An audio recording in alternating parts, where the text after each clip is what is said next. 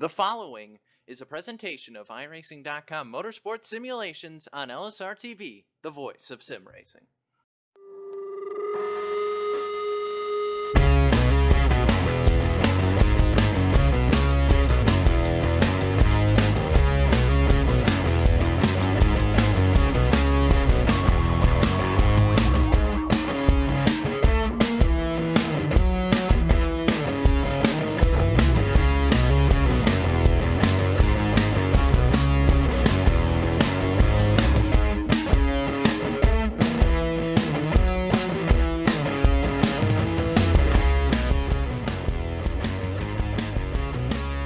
Good evening, race fans, and welcome to those of you watching on iRacing Live. This is coverage of the RealSimRacing.com Full Throttle Cup Series presented by Gary Mercer Trucking on LSRTV. I am James Pike, and I am joined in the booth by my colleague, Mr. Chris Murdoch, and by our lovely and talented producer down in our virtual truck, Mr. Cisco Scaramuza. And tonight we come to you from the biggest and baddest track in all of NASCAR, Talladega Superspeedway in Talladega, Alabama, for the 10th round of 36 in the 2017 Full Throttle Cup Series season. Chris Murdoch, this place is big, it is fast. I don't know if hairy necessarily works in a traditional sense as a proper adjective for this place, but races here can get wild very, very quickly.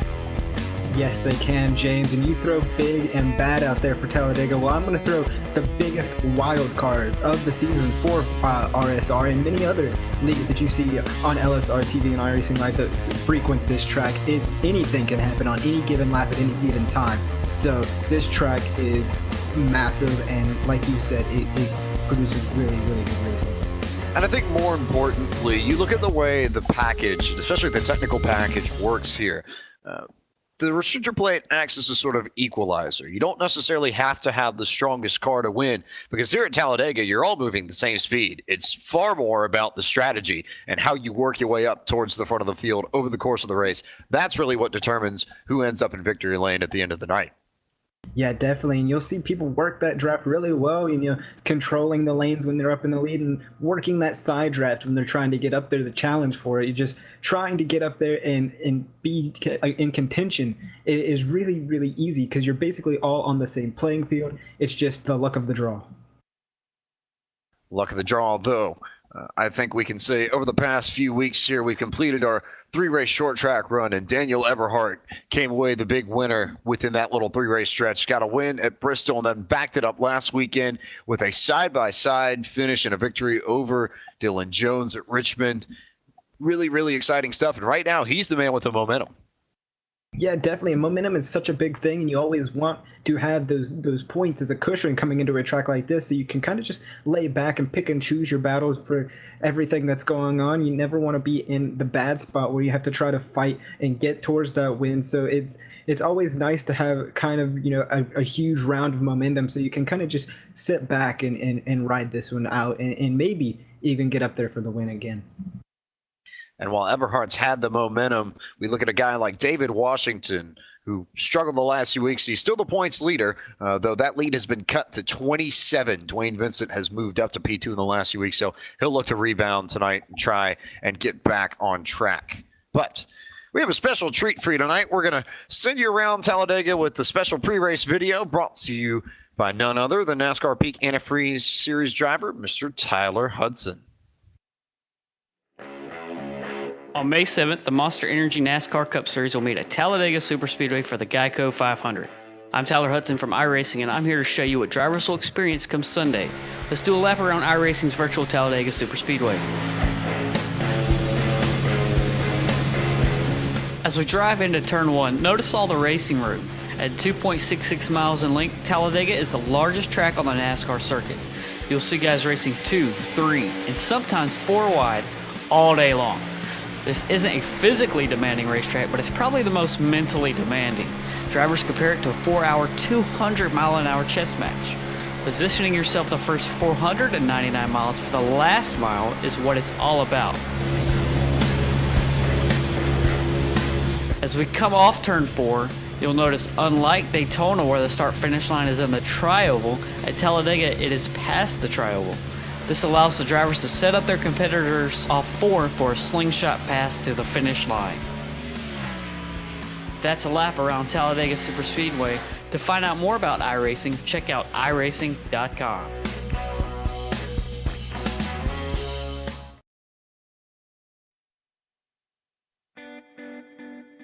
So there's a little bit about this racetrack from one of the best of the best in the world of iRacing, and with that having been completed, we've also managed to complete qualifying, and it's time to bring you to your starting grid, which is led off by a driver who's had a very, very strong few weeks on the short tracks coming here to Talladega. Brandon Bowie is your pole sitter this evening. He starts P1, and then it's Shane Ewing who starts on his outside in second. David Comstock will begin tonight from the third position, joined on the outside of row 2 by Thomas George. Anthony DeBarro looking for a strong finish after strong runs in the last few weeks. Hasn't necessarily had the results to back that up, but he'll try and go get a good finish tonight from the fifth starting position. Jason Jacoby finished well at Richmond and will start 6th. Stephanie Lessentine, with one of her best qualifying efforts of the year, begins from 7th tonight. Then it's Mike Kelly, who starts 8th, Andrew Fariniars, who starts from the 9th position, and Sean Boundy, who rounds out your top 10. Starting in 11th, that's Steve Gottschalk. 12th, Dwayne Vincent, always strong on restrictor brakes. He's looking to keep that up. Corbin Hemstreet's going to be 13th. 14th belongs to Scott Walter. Ross Cato is going to be 15th. Braden Whitaker is going to be 16th. 17th, Nelson Riviera. Jose Gonzalez, 18th. 19th, Sean Casto. And Jonathan Cadell is going to be 20th. Cadell back in the field and back at a RSR Full Throttle Cup Series field for the first time tonight after a while. A Steel Horse Racing driver and one of the mainstays of this series. He's been around since the very beginning, so big note, I think, to see him back running tonight here at Talladega.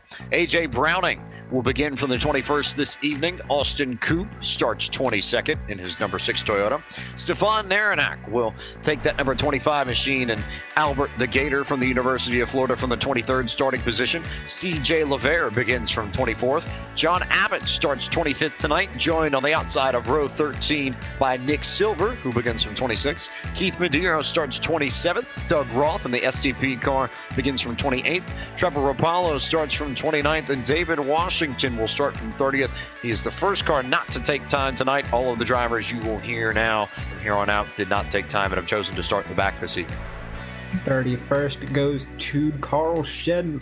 Lionel Callisto, 32nd. 33rd goes to Dylan C. Jones. Scott Simley is going to be 34th. Joseph Tice in that Blue Aegis machine will be rolling off 35th. 36th, Eric Arnold. Bruce Ackerman is going to be 37th. Michael Priester is going to be 38th. 39th belongs to that 38 machine of Randy Yoakum. And Douglas Wyatt will round out your field here tonight.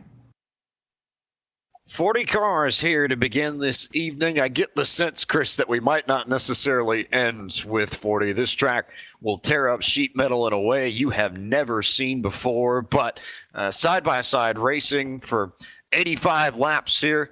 We're going to get set to go for 226 miles and 1 extra tenth if we're going to be technical, but nothing too shabby there. Long and short of it is that it's a long race, and you got to make sure you're there at the end. And I think a lot of the guys in the back will tell you might not necessarily be the biggest key to be up at the front for the entire race. Yeah, definitely, James. You'll see many drivers maybe drop towards the back and just ride for the first portion of this race, maybe until green flag pit stops, if we do get to see those. That's always a big if at a track like Talladega, so it's going to be interesting to see what strategy all these drivers pick coming to the green flag. We'll watch for that and more as we welcome you to the 10th round of the Full Throttle Cup Series season. Glad to have you with us on LSRTV as Brandon Bowie leads the field down and we get the green flag and we are underway at Talladega. Bowie got a good jump, was able to go ahead and jump ahead of Shane Ewing about a car length and a half, and we're already going down into the single groove. Everybody getting down to the bottom. The only car side by side right now is Jason Jacoby, currently running in the 6th position, soon to be 7th though to Stephanie Lessentine. It's a solid run on the bottom, and that bottom line's gotten hooked up really quickly here as they come down the back straightaway for the first time. Yeah, and Jason Jacoby just now able to find some room behind Stephanie Lessentine, to get down. Now he's going to get a shove from Mike Kelly to get right on the back bumper of that 22 machine. You never want to be on the outside by yourself because you'll just drop like a rock here, James, and that's what we saw from the number one coming out of turn 3. Everybody seems to be single file and just riding for night right now. Brandon Bowie coming past pit road. He's out to a great start here tonight. Bowie with the lead here from the pole will get one lap roulette, so chalk up a point in his account already before the night is over. But yeah, I think I honestly am surprised to see everyone go down to the bottom so early. But I think it speaks to just how much these drivers just want to be here at the end. And we've seen that problem so much, I think, especially in the official races. Every time you come to Daytona and Talladega, it's so easy for drivers to go side by side early on and end up making a mistake, just getting into the rear of someone, trying to give them a little bump down the straightaway into the corner, and it ends up turning someone around and taking out half the field. That's not something these drivers want to see because, you know, you get caught up in a wreck early, it's just a bad points night. 9 times out of 10, if you get caught up in the middle of the pack, and you end up with nowhere to go, you end up with an early exit, and it's not necessarily your fault. That's just about as bad as it gets in terms of scenarios, and it's something that a lot of these drivers would like to try and avoid. Yeah, and one thing you always have to pay attention to is you don't want to use up your stuff really early here, talking about the engines and how hot they can get running, you know, 2 by 2 and pushing as hard as they can. You never want to do that too early. And like you mentioned, you always want to be here towards the end, and that's what these drivers are doing. They're not going to push because if you push too long, you'll overheat that engine, you'll lose some power, and you'll be back in there with back in the back of the pack with no way to fight back up because you'll be down on power. And like you mentioned, draft is also a really big thing, and it helps with the fuel conservation. The leader, which is Brandon Bowie right now, is losing the most fuel out of all these drivers in the pack, so that might be looking to change here a little bit because, you know, even though we're only on lap 3, people are always trying to look ahead to see what they can do to get off pit road first. Finding ways to conserve fuel, finding ways to watch temps. I think the temps, especially early on in this race, are the thing that we need to watch for because that, more than anything else, will determine when drivers decide to jump out to that outside lane. And you can see it happening in the back already a little bit. Jacoby jumps high and will be the first car to really try and make the outside lane work. You don't want to stay tucked up behind another driver for forever because you're right, Chris. If you do that for too long, you'll send your water temps, your oil temps shooting through the roof. You will lose a little bit of power, and then you can't really function unless you're behind someone in the draft. And to be able to win this race, it's not necessarily a requirement to have a car that can hang at the front of a draft train, but it certainly helps if you have the option. Yeah, definitely. And as you see, the only car on the outside right now, that one of Jason Jacoby, thought he was going to get some help from behind from Mike Kelly, but Mike Kelly wasn't having any of it. He will close up to the back bumper of Stephanie Lessington and lead that one car all out by himself. Really, really interesting to see that the one car is basically holding his own. He hasn't really dropped back from the 22 or the 2 lately, and even if you look, he's getting a run on the 22. That's called the side draft, James, and you can use that to your advantage so well and gain a few positions here. But once you get that bottom line hooked up like they're coming in now, you see them side by side coming off of 4. It's just only a matter of time before he has to surrender those positions. That draft train will carry the cars in the bottom just a little bit faster, and that the outside lane will suffer a little bit. Jacoby, if he stays up here, may go all the way back to about 15th or 16th. That's really where you see the first few cars jumping up to the high lane. I saw Stefan Marinac go up top and start making that second lane work. Austin Coop is up there in his number 6 Toyota Camry, as is Dwayne Vincent in the Hippies Paint Shop Ford Fusion, second in points at the moment. It's like you've also got John Abbott up there, as is CJ Laver, Lionel Calisto, a whole host of drivers in the back trying to make that second lane work, because you can gain positions if you get everybody tucked up there and get everybody running in one line and committed. I think if you all row the boat the same way, you can make ground up on the front of the field. Yeah, definitely. And look up here towards the front now. We got the 96 of Anthony DeBarro up there with Jason Jacoby now, and the 47. That's and a whole host of drivers are just coming up here to the top. So we're going to see that top try to form now, James, and that's going to be interesting to see how things work out. Maybe we'll see our first our first battle for the lead here, is you got a whole host of drivers. Some of those drivers that you just mentioned are now already back up here, and we're going to start seeing the top line come in, that bottom line forfeit some positions as the one gets on the back of the 96, shoving him down into turn 3. He's going to be right up with the Shane Eaton machine, and he's not going to get there as the one gets disconnected coming off a 4. But you saw it happen. Anthony DeBarro read the outside lane very well. Saw they had a decent amount of momentum coming on the high side. Decided to jump up there. All of a sudden, he's up 2 and 3 spots. Might lose 1 here as they come across the stripe, just with the way the draft works. But big position gain there for DeBarro. And I think we can say safely now that that second groove is absolutely in effect. We've got 2 lanes of racing now, and that will change the game just a little bit. Yeah, definitely, and there's even more drivers jumping up to the top side now that they can see it's going, because that's all they were waiting for. It only takes a few to start a big revolution, as I'm going to call it here, and get everything jumbled up here, and that's what we're seeing now, because it only started with about 2 or 3 cars up on the top side, but when people figured out that they were going places, they were like, hey, I kind of want to be up there too, so they're just going to use it to their advantage. It's now the 42 is looking to be jumping out in the front, and that's David Comstock. He's going to jump in front of Anthony DeBarro and try to get past these drivers, and it's going to happen. They're going to be side by side for the lead going off into 1.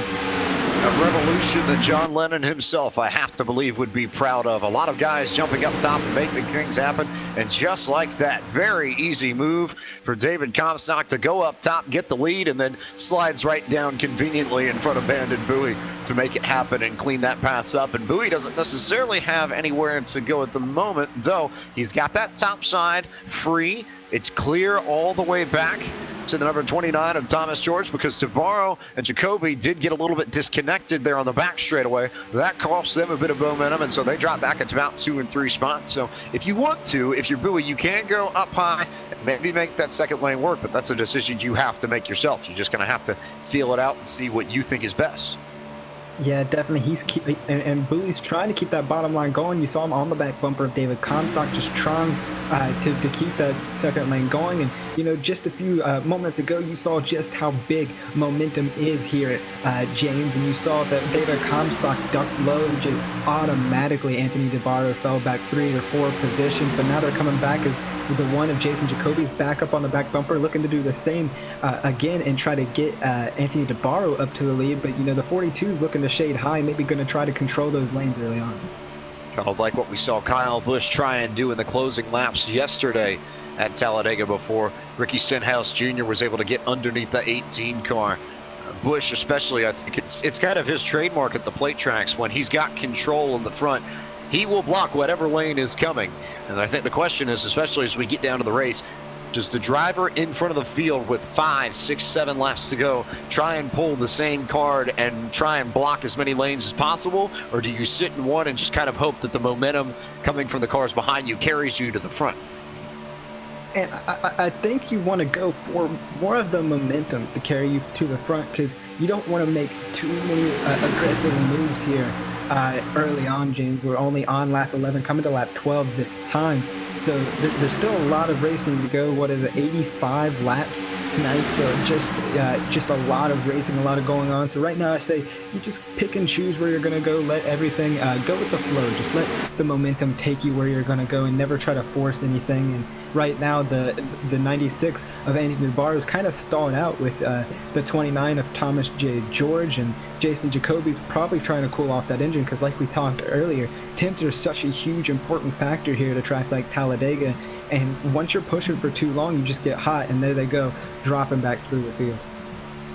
You see them drop back. Here comes DeBarro back into line in front of his teammate Sean Boundy. So maybe a little bit of communication there between the WinView Games machines, just to make sure that they stay hooked up in the draft and stay together. You notice that they are 1, 2, 3 in their own little row there, running currently, I believe, up towards the top 10. We'll get a proper number for you here in just a moment. 6th, 7th, and 8th now as they come across the line. So, and you also see Stefan Marinak, who I thought did a very nice job of getting down to the bottom after he used the outside line to get up there. I think there will be some drivers who try and play the same strategy that he did at the end of the race when we get to it, where you use the outside line to kind of leapfrog your way up towards a position where you can challenge and do something in terms of the race win. And then maybe you try something a little bit different at that point. Maybe you just stay down to the bottom and you watch and see who comes up. Yeah, definitely. As I saw just a little bit of movement come from the 22 and the 69, that's Corbin Hemstreet and Stephanie Lessentine. I think what we saw there was coming off the corner, they kind of got on that left rear, and we know how bad that is when you get on that left rear, James. You can just basically move the car whichever way you want to, and it never ends up good for these drivers. But now look up beside them, Jason Jacoby, Austin Coop, and that 97 machine of Lionel Callisto trying to make a run for the top side again. As you see now, Corbin Hemstreet, Sean Bounty jump to the top, and Anthony DeBarro. So a whole host of drivers jumping to the top, trying to kill their momentum or even steal their momentum to get up to the front. Thomas George thought about staying up there and then decided that it was best to just kind of drop back down and settle in and see if Stephanie Lessentine can get a run up to the rear bumper of that 29 car to get that inside line connected again, but not necessarily to be the case yet. Meanwhile, Stefan Marinac got a huge push from Anthony DeBarro. They're going to go to the top side, and he might just go to the front here. Won't have the lead at the line, but boy, it was close. Up to second, currently out ahead by a nose now. Not enough room to clear the 42 though, so he'll stay up in that high line, and we'll see if they get a run to DeBarro and Marinac as they come off of turn 2. And you want to talk about somebody who knows how to work that draft and is such a great restrictor plate driver. That 25 of Stefan Marinac is the one. Started 23rd here tonight, James, all the way up in the lead, getting a huge shove from Anthony DeBarro and Sean Bounty. He's going to be able to clear David Comstock. He's going to try to keep the 96 with him, but it's not going to work. He's going to go down right in front of David Comstock, resume that lead. So far, only on lap 15, we've got a big mover in Stefan Marinac. 15 laps, 23 positions. Make note of that as we get towards the end of this race, because if you don't believe that you can't make your way through the pack here at Talladega quickly, if you time your moves correctly, take again. I think Stefan Marinac would have something to say to you about that, because I think he just proved otherwise. Meanwhile, Comstock decided that it was time to jump to the outside, and then DeBarro was having absolutely none of it, and he just jumped up to the third lane. So Comstock will go back in that second group, currently the middle now. We'll see what that third WinView Games car Corbin Hemstreet decides to do. Won't jump with his teammates yet. He'll stay in that second lane, and it might end up being DeBarro and Bounty that get caught out on the high side there. Those two are all alone for the moment. We'll see how they fan out here, though, as they come through the tri-oval. Yeah, and that's the first bit of 3-wide action we've seen, and we've seen up to 4-wide action before at Talladega, so everybody's kind of jumping around and trying to get settled back in, but you never want to be that one lone car in the middle. You'll just drop really, really fast. You'll be in that it's basically just a trap. Once you get in there, you're basically prone to drop a lot of positions. Fortunately for David Comstock, he was able to get right in behind Austin Coop and fall back in line, and nothing really happened there, so he didn't lose too many positions. Now we got Austin Coop getting a run on the outside from a little aerodynamic push off of David Comstock's car. He's going to be looking to try to take a challenge at that lead, but they're not going to be there quite yet. They're going to kind of stall out in like the third position. Coop trying to do the same thing that Marinac did a few laps ago and use that outside lane to go to the lead from a starting spot in the middle of the field. Coop started 22nd when we began this evening, so has come up nearly as many spots as Marinac, though he still has a few to go. Currently rides in the third position, just a nose ahead of Shane Ewing and that 28 Rayovac Ford Fusion there. But side by side as they come through the corner, not really a big run for either lane yet. We'll see if that changes when they come down the back. Yeah, and this is where you see drivers try to push the S-Series. You see the 96 of Anthony DeBarro get right up on the back bumper of David Comstock. That's going to give him a big momentum push up to Austin Coop. They're not going to get kind of discombobulated, get a little bit shooken up, and they're going to separate there. That's going to cost a whole lot of positions and a whole lot of momentum for that outside line. So they got to get back reconnected and try again. But that's a huge hit of momentum for the outside line. Looks like DeBarro might have given Comstock a little bit more of a shove on corner entry in turn 3 than Comstock wanted, and it sent Comstock up the track a little bit. When those cars shuffled up in front of that outside line, it slowed down that whole groove of cars. So now they have to come back together, build that speed and that momentum back up and see if they can make another run on the top side. But it's working out well here so far as they come down the back, up alongside Brandon Bowie, and to the rear bumper ever so slightly of Marinak was Coop, though. He'll drop back a little bit in the corner, so he'll go side by side with Bowie for second, Marinak leading, and then you've got Comstock and Hewitt in the third row, then Thomas George, then you've got Tabarro, Lessentine, and Him Street, all in that bunch. Bounty is there as well.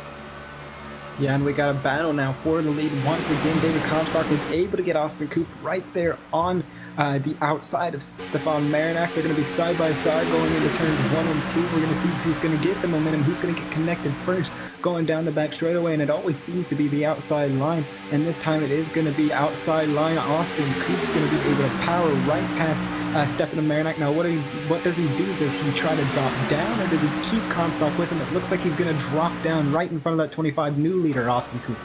Austin Coop in the 6th car to the front for the first time tonight, so should be 3rd new leader, I believe, by my count, along with Marinak and Bowie. And then you'll see Comstock up there. See if he can try and do exactly what Coop did a few laps ago. So have a feeling he's going to try and get a run from the Winview Game cars, who are all right up there in the top line. The Boontown Sim Racers working together very well early on in this race, and we'll see what kind of run they can pull off here. Yeah, and this is an awkward point, an awkward stage in the race, I'll call it here, James, where, you know, in the next 5 to 10 laps, we could start seeing groups of cars come down pit road for the green flag pit stops, and it's always a tall order, I should say, to try to get these drivers down and safely onto pit road. There's a lot of communication that goes into it, so that's definitely going to be a hairy situation. You got Stefan Marinak coming down pit road. Looks like it's a lot earlier than I thought. A lot of drivers saying that they'd come into pit road that last time by, so Marinak will lead the group of drivers down to pit road. These are our first round of green flag pit stops here on lap 22. And again, as it always seems to be here, especially on the plate tracks, biggest key is making sure that you get in and get out of your box clean.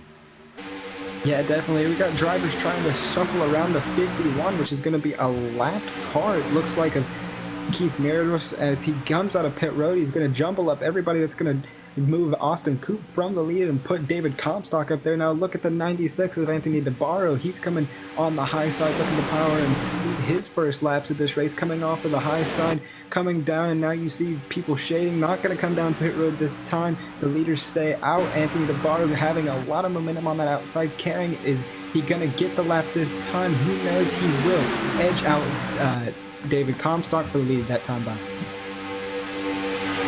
The question now is whether or not he gets the chance to drop down, but Comstock got a good enough run before DeBarro even had the chance. Not that I would have expected it, given that he's got teammates right behind him, 2 cars back. But fun racing here up at the front between DeBarro and Comstock. Sean Boundy now starting to make the move alongside that 42 car coming towards the front. Coop still sitting there in a good position, as is Bowie and Ewing right there as well. I think you look at that bottom line, it seems like they've all tucked in very nicely and settled into a rhythm very quickly here. Might get broken up within a few laps because of pit stops, but for now at least, your top 5, especially those in the bottom lane, have seemed to really kind of found their place. Yeah, definitely. You can see Austin Coop all over the back end, but here's a few drivers we haven't had a chance to talk about. The 43, Doug Rock, AJ Browning, the 35 of Douglas Wyatt. They've made their way. They've made their way up to the front, trying to get up there off of green flag pit stops. They're going to use that momentum to their advantage and try to propel the outside line even further, as Anthony DeBarro is going to be clear of David Comstock for the time being. He's going to maybe try to pull Sean Bounty with him. He's going to stay up there in turns 3 and 4, so the outside line is kind of moving right now as well, James. The Boontown Sim drivers are there, and they are together, and they are committed. I think that's the big key. Meanwhile, looking to see if anybody decides to jump down pit road early like we saw with Marinak and company. Nobody yet. We're not necessarily in a pit window, so I have to believe that that crop of drivers that came in a few laps ago were looking to short pit this race and maybe take advantage of any potential yellows that could come out if we happen to get one at some point here. But we're now all clean at the front. No necessary issues to speak of. Really, the only car that I've seen with any trace damage is the 2 car of Mike Kelly, but even then, it was incidental. For the most part there, everybody within this field looks like they've got a clean race car to work with. Yeah, and that just goes to the credit of the skill of the drivers in RSR and how much time they put in. I was in here through practice and got to sit in here for an hour and watch those drivers drive, and they were just practicing this pack racing that we're seeing right now and trying to get in a group and drive side by side. So practice does help and does kind of make perfect here, James. You practice it, and I'm not going to say that that Talladega is a necessarily really skill driving technical track because it's not. It's just basically driving, working that draft, which is a science of itself. But these drivers have put in the work, and it's definitely showing. I think it's not technical in the traditional sense, but then you take a look at the way these drivers run the throttle and the brake.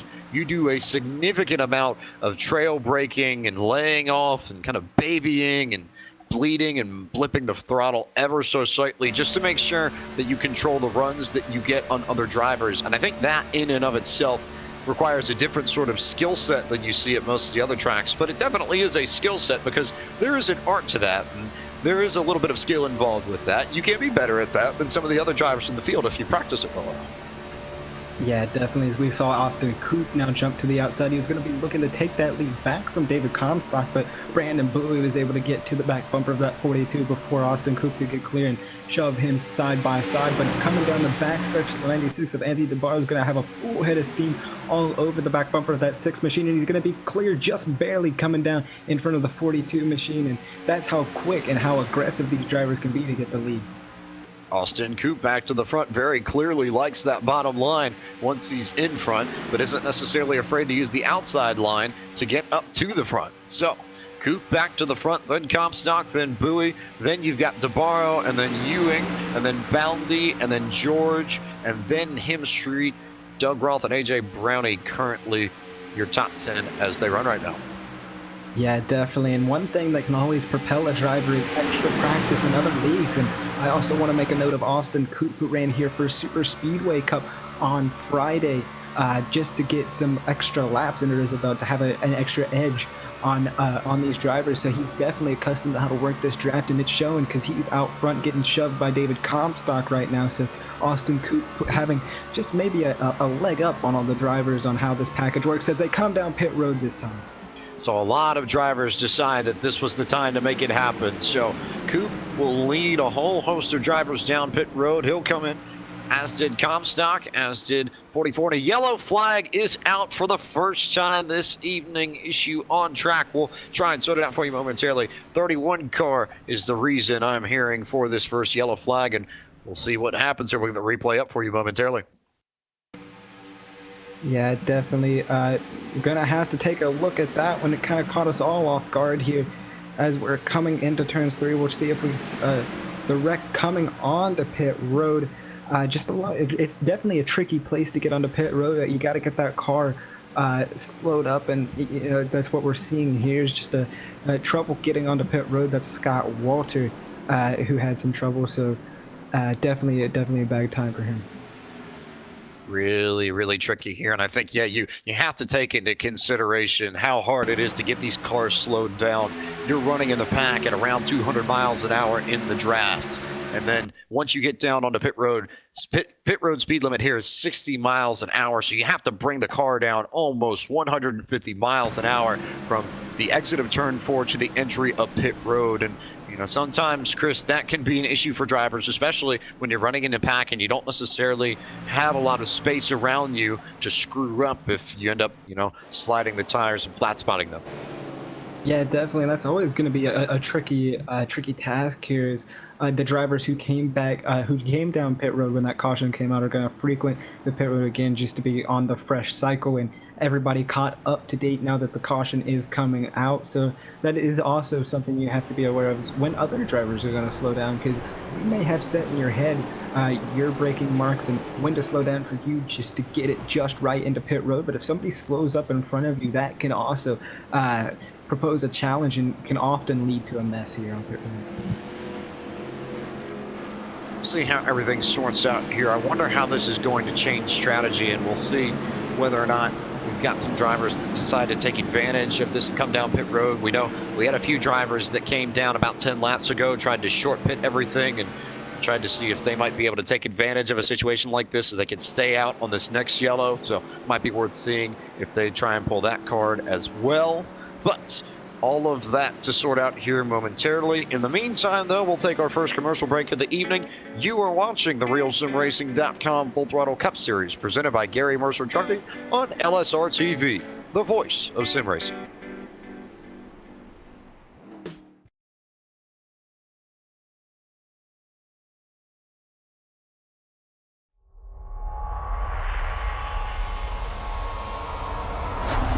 There are 3 different paths if you want to call yourself a world champion of sim racing.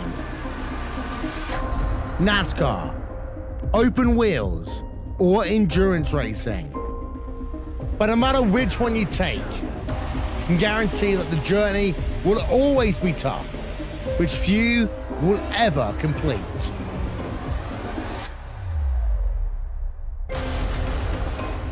The iRacing World Championship Grand Prix Series, the premier road racing series in sim racing, started with a new car taking center stage. Then, it was Martin Kroenke resisting any challenge thrown at him to break the 5-year stranglehold of Gregor Hutu as being world champion. These drivers and teams are not just competing for pride, they're competing for money. And with over $20,000 in prizes for each of the series up for grabs, drivers really do put it all on the line. The NASCAR Beginner Series powered by iRacing is the premier NASCAR esports series featuring the cars and tracks from the Monster Energy NASCAR Cup Series. The 2016 campaign saw a return to the top of the mountain by Ray Alfalla as a 3-time Oval World Champion. The march to that championship was not easy though, despite the fact that Ray Alfalla took home the most points in series history. It just also happened to be the tightest championship fight we had ever seen. These guys are set for the 2017 campaign. The Blancpain GT Series hosts the top GT3 endurance teams in sim racing, with groups of 3 or more drivers sharing the wheel. This is a championship you can't win alone, and you need the same determination, passion and drive from your teammates to be successful. They often say that it takes just one mistake to lose a championship, and in team racing, it may not be your mistake that costs you the win. Last season, VRS Coanda SimSport won the championship by a single point. This year, who will step up to the plate?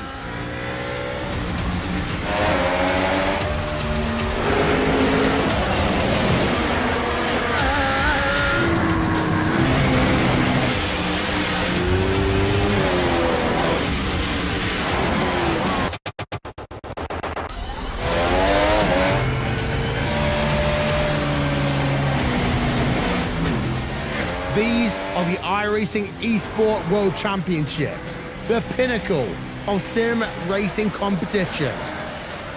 Catch it all season long with live coverage on iracing.com/live.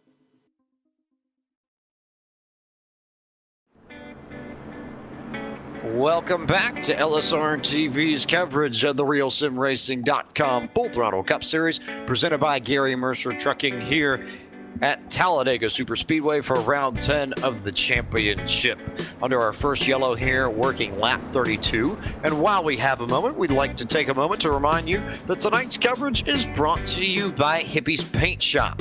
Hippie's Paint Shop has over 5 years of experience providing top quality custom paint schemes for all iRacing vehicles at a low price. Because after all, at Hippie's Paint Shop, the cost isn't high, just the paints are. A very big night tonight for Hippie's Paint Shop. We've got no less than, I think, 3 or 4 cars by my count. It's a little bit hard to keep track of them, but you'll see it on Doug Roth's car. Dwayne Vincent's running a special paint scheme, as is Douglas Wyatt, and I believe one other car, John Abbott, I think the 4th, that you'll see with Hippie's Paint Shop decals and graphics all over their Fords tonight. So if you want a sample of their work, just look at those, and if you like it, And or if you want to come up with something else creative, go talk to the folks at Dippy's Paint Shop. They'll set you up for a really, really good look that will get you noticed all across the sim. And Chris, I think we can testify when we say they do a lot of really entertaining jobs across all cars here on iRacing, not just the Ford Fusions that we're seeing carrying their paint jobs tonight. Yeah, definitely. And it's always great when all those awesome paint schemes, you see the flames on them, and it just, they're really well done, and it's always nice to see them all running together. You see Dwayne Vincent, the 13, the 35, and the 43, all three together right up there. So they're running pretty well, and definitely running some pretty awesome paint schemes here tonight. So, lights have gone off on the pace car, so we will get the green flag on lap 34 when they come back around next time by. Brandon Bowie is your leader of this race. Then it's Shane Ewing on the outside in P2. Then we've got Thomas George, P3. David Comstock in 4th. AJ Browning, 5th. Jason Jacoby currently in 6th. The aforementioned Doug Roth in 7th. Dwayne Vincent in 8th. Douglas Wyatt 9th. And Braden Whitaker top 10. So, an interesting little bunch here, I think, at the front of the field when we get the green flag. Yeah, definitely. It should produce for some great racing because, you know, we saw it a lot during that first green flag run of all the drivers just working the draft really well and trying to get up there. And now it just starts to get up more and more as the laps wind down. People want to try to make their way up towards the front and basically edge their place and stay there, James. So I'm going to see a lot more people trying to get there towards the front, especially a lot of these people back from like 20th to maybe 40th and all the way on back through there. See them try to make their way up towards the front, work that draft really well as well. Also, if you're wondering where Austin Coop might have gone, heard that he had radio issues and had to switch that out, but should be back at the tail end of this group, still on the lead lap when we get the restart. So we'll watch and see if the 6th car can make his way back towards the front of the field as he did in our first green flag stint. But coming back here to the restart, lap 34, Brandon Bowie with control of the field. When he goes, they will all follow, watching for the green to go on the 44, waiting for him to hit the gas, and waits it, and makes it a late go of it. But Bowie eventually does get going. Shane Ewing was able to hang on tight, was able to immediately drop down into that 2nd position. Then you've got George and Comstock alongside for the 3rd position. George should get the better of that, and he does. So Comstock slides down to the bottom. Jacoby, the 1st car on the outside, back in the 7th position as they come through turns 1 and 2. And it's looking a whole lot like deja vu here, James, from where we started this race. Everybody ducking to the bottom except for that one of Jason Jacoby. He's stuck out there on top. He now finds his way in behind Dwayne Vincent. So he seems to be the out man out here. He wants to get that outside line going. And I've talked with Jason Jacoby many times, and he's always one that likes to race and race pretty hard. So I wouldn't be surprised if he is the one leading the charge on that outside lane. In a very, very strong piece, that Domino's car. We saw it in that first stint. He was able to jump up to the outside and help push a lot of people to the lead. So get the sense that he will probably try and do that again a little bit later on in this race and maybe take a little bit for himself. Who knows? But I think you're right, Austin. We're seeing these, or not Austin's, rather. There's my first dollar in the jar of the night. How about Chris? But I think you're right, Chris, that these drivers like to get down to the bottom lane upon the restart, get back up to speed, and then once they get going, as you kind of see it now with Jacoby starting to jump back to the outside again, once they hit full speed, they're not afraid to jump outside and start making that 2nd lane work again as they come out of turn 4. Yeah, not quite Austin Coop there, James. You're going to have to settle for me here tonight, but that's always all right. Yeah. Brandon Bowie still commanding the field here, doing a great job. Everybody going to be single file. It's not going to be until probably about lap 10 in the run where we'll start seeing people move, because you'll see that rate of Shane Ewing, who will probably get a little bit hot sitting behind Brandon Bowie. That's normally what happens for that 2nd car, because they're always pushed with the task of pushing that lead car and keeping the inside line going as you see him get on the back bumper of that 44 machine going down the black straightaway. So we'll probably see 2nd place swap out, maybe go up to the front, maybe drop a few positions, but definitely I don't expect this lane to stay single file for very much longer. The question is when, and maybe to a lesser degree how, I think. because we've got a lot of guys who have been in that outside lane and a lot of drivers who have decided to jump up there at points in this race, but we don't necessarily know who wants to do it and who wants to be that first one to make the jump, who wants to be the one to have the guts to go up there and try something. Sometimes it doesn't necessarily work for you, but sometimes it does. We saw Shane Ewing at least taking peeks on the outside right rear quarter panel of Brandon Bowie's car, but he hasn't necessarily made the call yet to jump up there. And nobody behind him has really tried to do anything. You have to go all the way back, really, to Mount Corbin Hemstreet Company. That's the first car that really at least was running high for a little bit, but even he has kind of bounced back and forth between that top line and that middle, or rather bottom line in the middle groove. So not really much happening here at the front yet. I think we're just all kind of laying in wait, for lack of a better word. Yeah, definitely. And it all goes back to what you said at the beginning of the broadcast here, James. It's always good to be in the race and always good to be up there racing for the lead, but to finish the race, one must finish. So it's or to win the race, one must finish. I guess I said that all wrong. It definitely everybody trying to get up there and kind of conserve what they've got, and that's what we're seeing a lot here. We're seeing a few car breakaways. 13 is losing touch with that 43 machine as he's on the back bumper of AJ Browning. So we're seeing a lot of maybe cars losing the draft, and we're going to start probably seeing two packs start to form here as I see it going back through. Everybody getting kind of spread out here. I believe that we're playing Waltrip-isms, and it's a category in Jeopardy. The answer that you're looking for would be, what is, in order to finish first, you must first finish. So would say Mr. Trebek, I think. But the point remains the same. You just have to make sure you click off laps. And there are a lot of drivers that I'm looking at. I'm seeing some big-time names in the back of this field just trying to stay away from things. I see Carl Shedd, Joseph Tice, David Washington. Those are all Aegis drivers. They run 24th, 25th, 26th. I think very clearly trying to make sure that they don't get caught up in any issues in this first pack here. Just trying to make sure that they make it to the end. Yeah, definitely, and that's all what we're seeing here. As nobody's kind of making a move, I want to touch on just one thing here, and it's something that I've hinted at early on in the broadcast, and that's, the back bumpers of these cars and when you're pushing on them, because I've seen Shane Ewing, shade high and then ultimately just give a big shove to that 44 of Brandon Bowie going down the backstretch, and we may be seeing it here. He's not going to quite get there as you see him push on it. You want to make sure with how these cars are designed, these nice Gen 6 cars, you're going to make sure they're you want to make sure they're square, because if you get on either side of that back bumper too hard, you're going to either turn them into the outside wall or into the inside wall. It's just a choice of whether you're on the right or left rear, so you're going to have to watch that, because I've seen cars get a little bit squirrely coming through the end of people not hitting them just as square. So that's always one thing to watch out here for, especially at a track like Talladega. The problem isn't as exaggerated as it was about 10 years ago with the old style Gen 5 cars, and even what you see in some cases with the now Canon Pro Series cars here in the service, where the bumpers didn't line up and weren't at the same height between the front and the rear. They fixed that with these Gen 6 cars, but because that front nose is curved, you don't necessarily get a clean hit no matter where you touch bumpers with these cars. So you're right, you do want to try and make sure that you hit as close to the center of the bumper as you possibly can. That's the best way to push someone around this racetrack to make things happen here.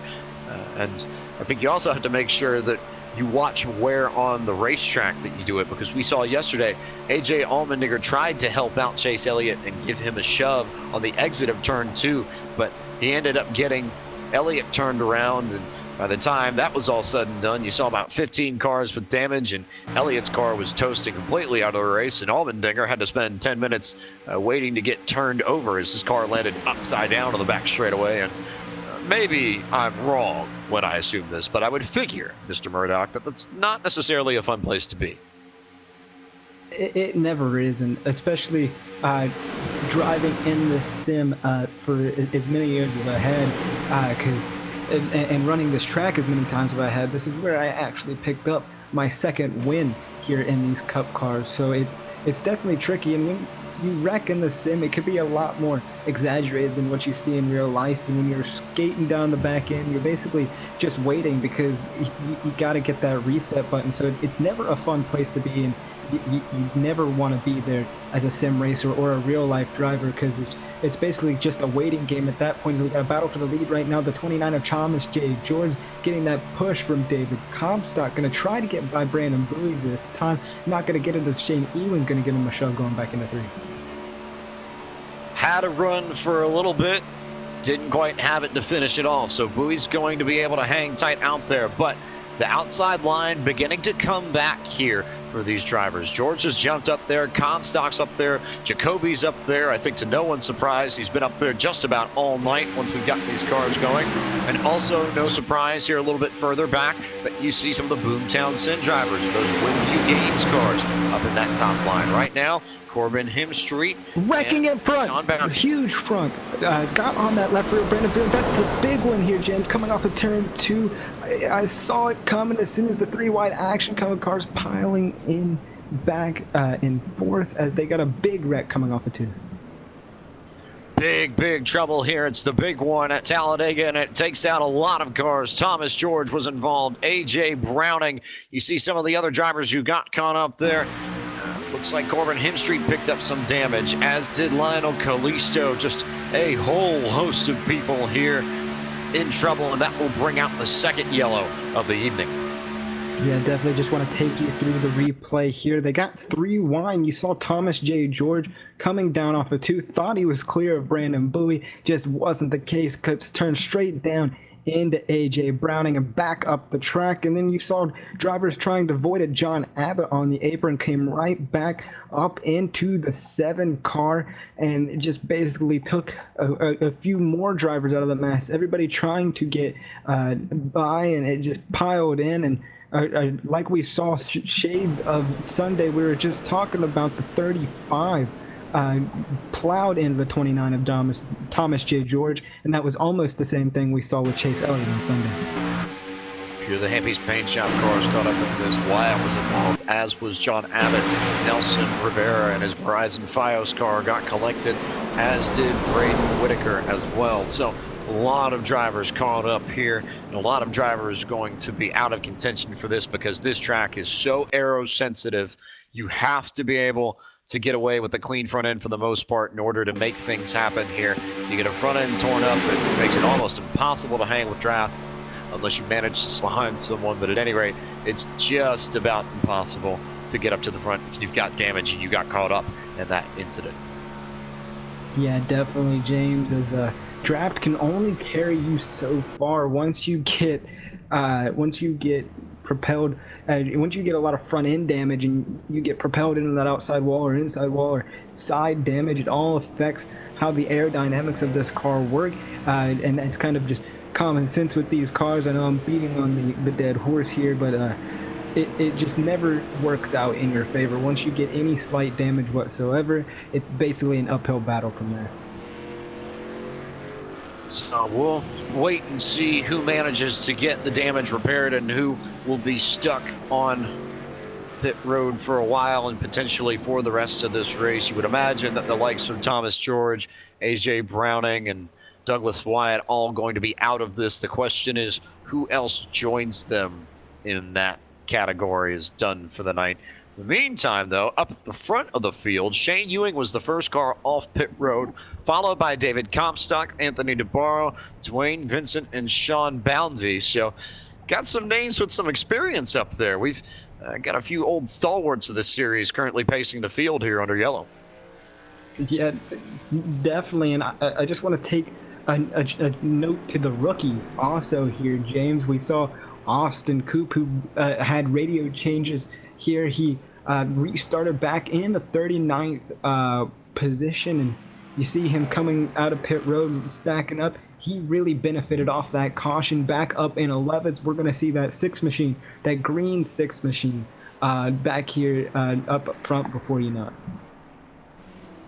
The green 6 machine, right place, right time, and I think especially if you look at some of the drivers who were able to hang out in the back and make sure that they didn't get caught up in any of the accidents, you know, that That strategy, I think, especially for a lot of the Aegis Motorsports drivers who intentionally rode in the back of the field to avoid that sort of issue that we just saw.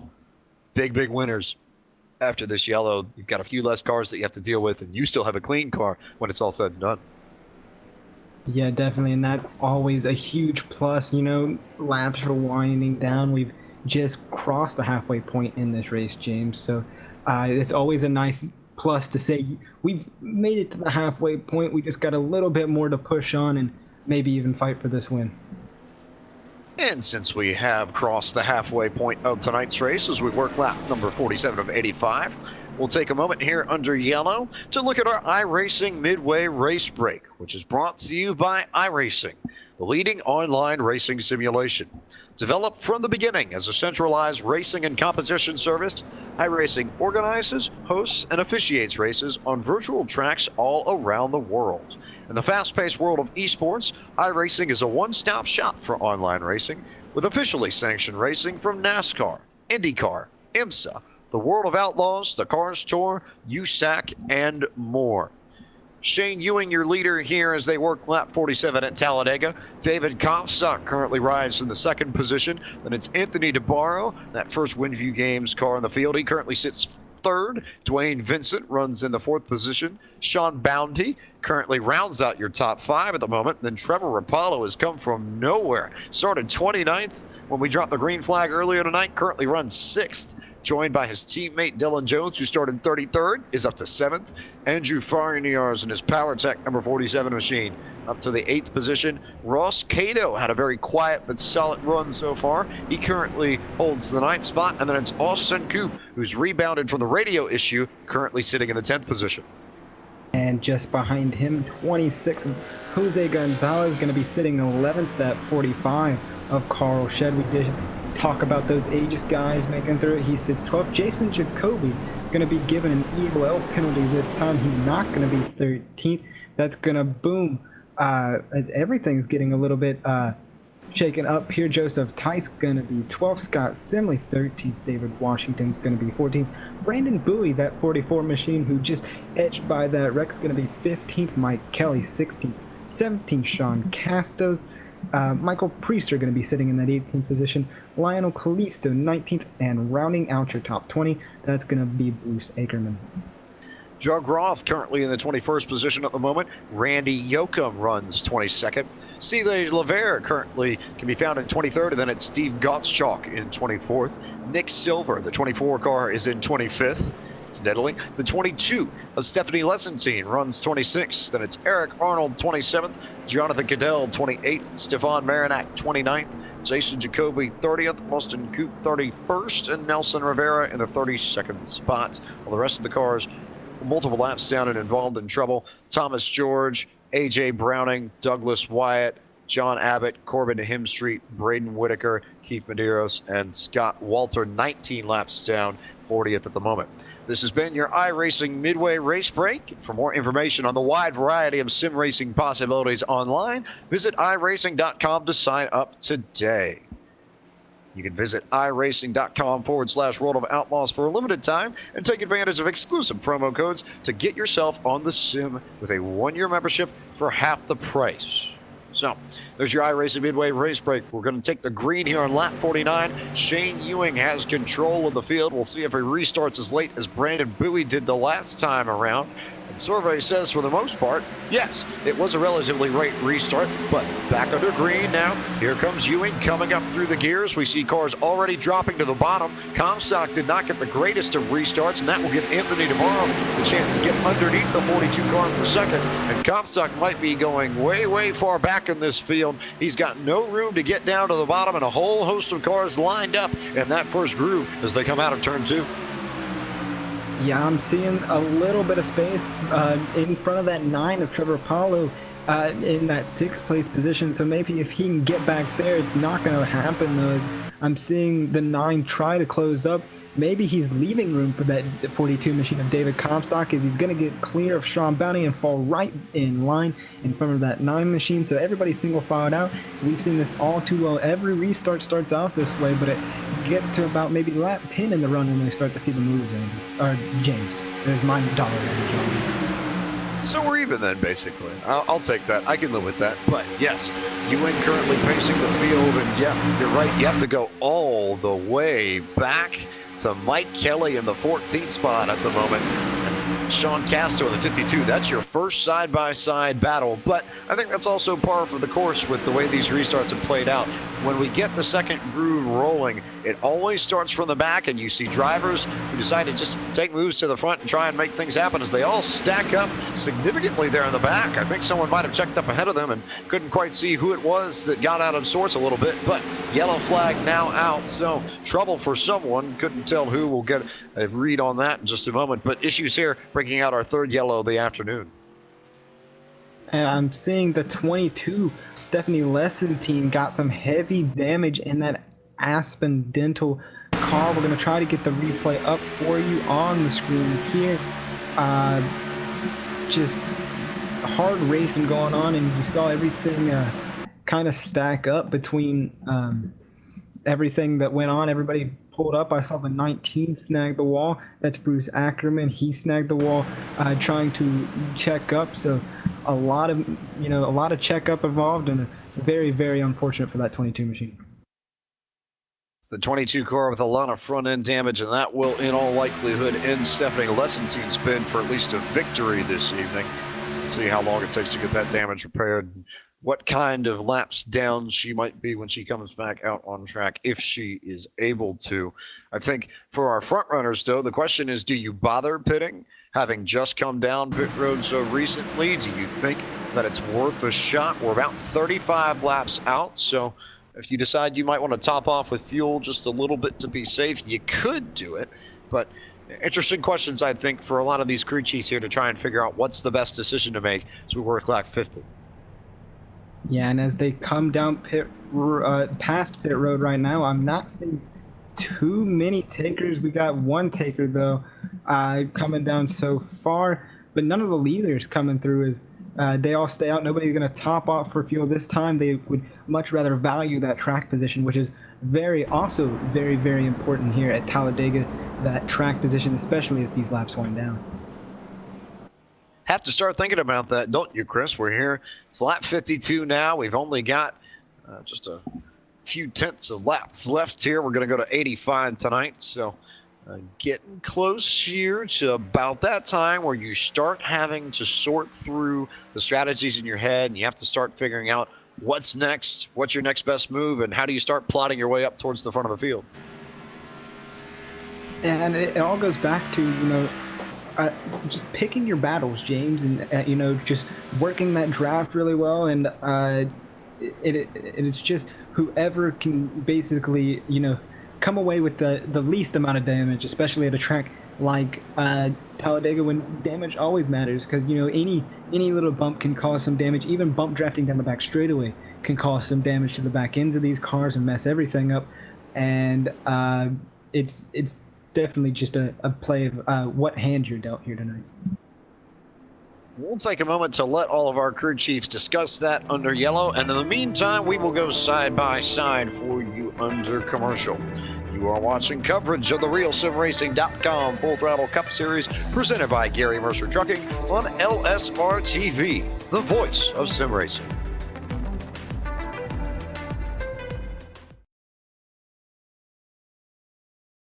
The NASCAR Beginner for Series, powered by iRacing, is the premier NASCAR esports series featuring the cars and tracks from the Monster Energy NASCAR Cup Series.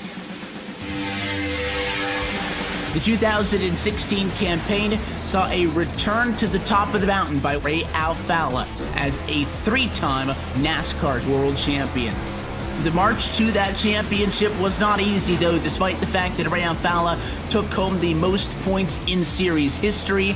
It just also happened to be the tightest championship fight we had ever seen. These guys are set for the 2017 campaign, and as it has been for the 7 years prior, it is no longer going to be a straight shot to the championship. We are going to see the biggest change in this championship picture in series history, as for the first time ever, there will be a chase for the championship.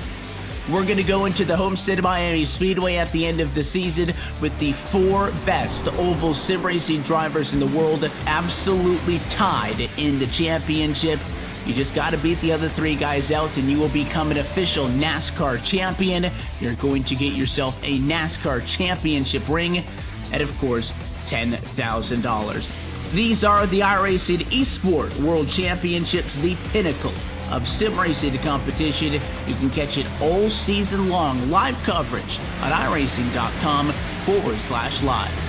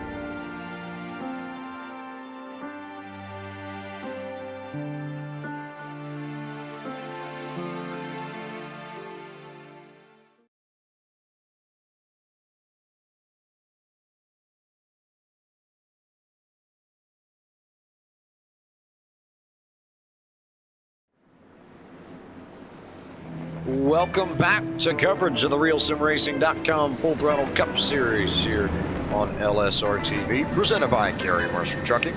And while we have a moment here under yellow, we'll take a moment to remind you that coverage of the RealSimRacing.com Full Throttle Cup Series is also brought to you by Joel Real Timing, the official timing software of LSRTV.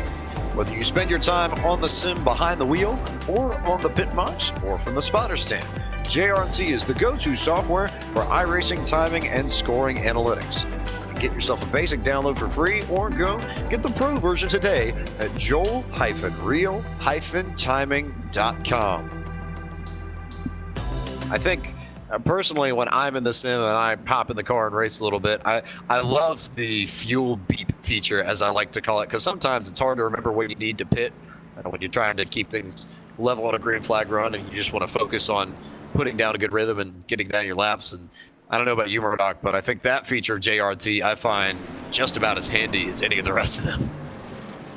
Oh yeah, definitely. And as a broadcaster up here in the booth, JRT also helps you out because you get to see, just live timing changes in here, because when you're in the sim, you don't get to see everything update in live timing, and you don't get everything until they cross the line. So it's also interesting in that regard that it also helps you as a broadcaster see everything that's going on the track. Meanwhile, here we'll get set for the restart, lap 55. So 30 laps to go. Shane Ewing will lead them to the green, then Anthony DeBarro, Dwayne Vincent, Sean Boundy, David Comstock, your top 5 as they come back here. Green flag back in the air. Shane Ewing with the solid restart, but boy did Anthony DeBarro get going along with him. He timed that just about as perfectly as you possibly could. The 96 cars right there, and nobody dropping down to the bottom now. I think we might have just seen the intensity come up just a little bit, because they're now going side by side through turn 2, right off the drop of the green flag this time. And with how good the outside lane got on that start, I don't blame them for not dropping down, James. Anthony DeBarro got such a good time on Shane Ewing, and he was able to keep side by side, and they're still side by side going off into 3. Nobody's wanting to give an inch here at Talladega. We're only on lap 55. We got about 30 laps to go, coming to 30 laps to go, actually, as we're going 85 laps. That's what you talked about earlier, so nobody's wanting to give an inch. Everybody's wanting that track position. Everybody trying to start clawing their way up through the front of the field. It's about that 30 lap to go marker that you start seeing people make moves. So going to be all about who can shuffle their way up to the front here momentarily, and who can hang on, and potentially who can avoid the wrecks, because the aggression level will come up. People will be less willing to give room. You almost saw it there in the back a little bit, as you saw Trevor Rapallo and Dylan Jones drop right down in front of Brandon Bowie. Bowie had to give a little bit of space, but I get the sense that if that were maybe about 10 to 15 laps later on in this race, you wouldn't necessarily see as much love from the 44 car. Yeah, definitely, and that's going to break up the outside line a lot, because they're going to back up all the way back to Mike Kelly in that 2 car, and they're going to lose a whole lot of momentum. They're going to drop back there to Trevor Rapallo now, and now you see David Comstock going to the outside. He was waiting for that. Now they're going to be able to pull back up. And we're going to see David Comstock try to make it up to the front in that 42 machine. He's going to get a huge pump from Anthony DeBarro going through turns 1 and 2. They're going to be side by side for the lead coming off of 2. Big shove from the 96 of Anthony DeBarro, and here comes David Comstock. A few weeks ago at Martinsville, going to try and make it 2 within the last 4 races if he can get it done tonight. But big run for the 42. He'll be able to keep it up there alongside the 28 as they go through the corner.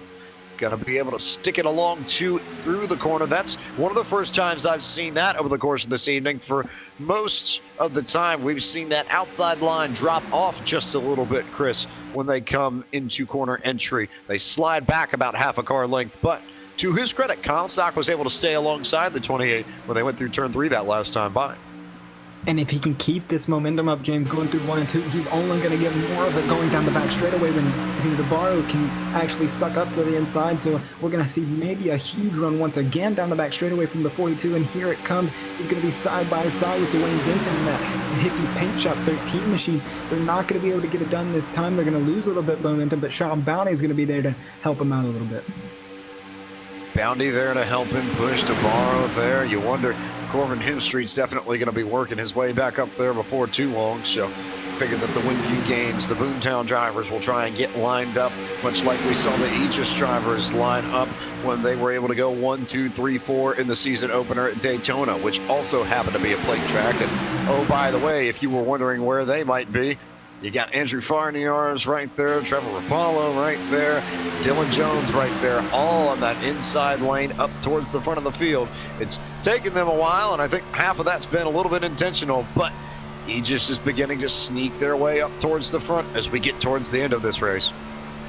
Yeah, definitely. And let's not forget Trevor Rapallo's huge win at Daytona, narrowly beating those drivers out and maybe getting the closest finish we've ever seen in LSRTV history. He's back there. He knows how to run these restrictor plates so well, so I'm not going to count him out. Even though he's kind of trapped there on the bottom, he can't really move. So a lot of racing left to go. The outside line, getting a little bit discombobulated, going to be falling back just a little bit. Nobody's going to be up there to help Anthony DeBarro and David Comstock. So it's definitely interesting to see what's going to happen here.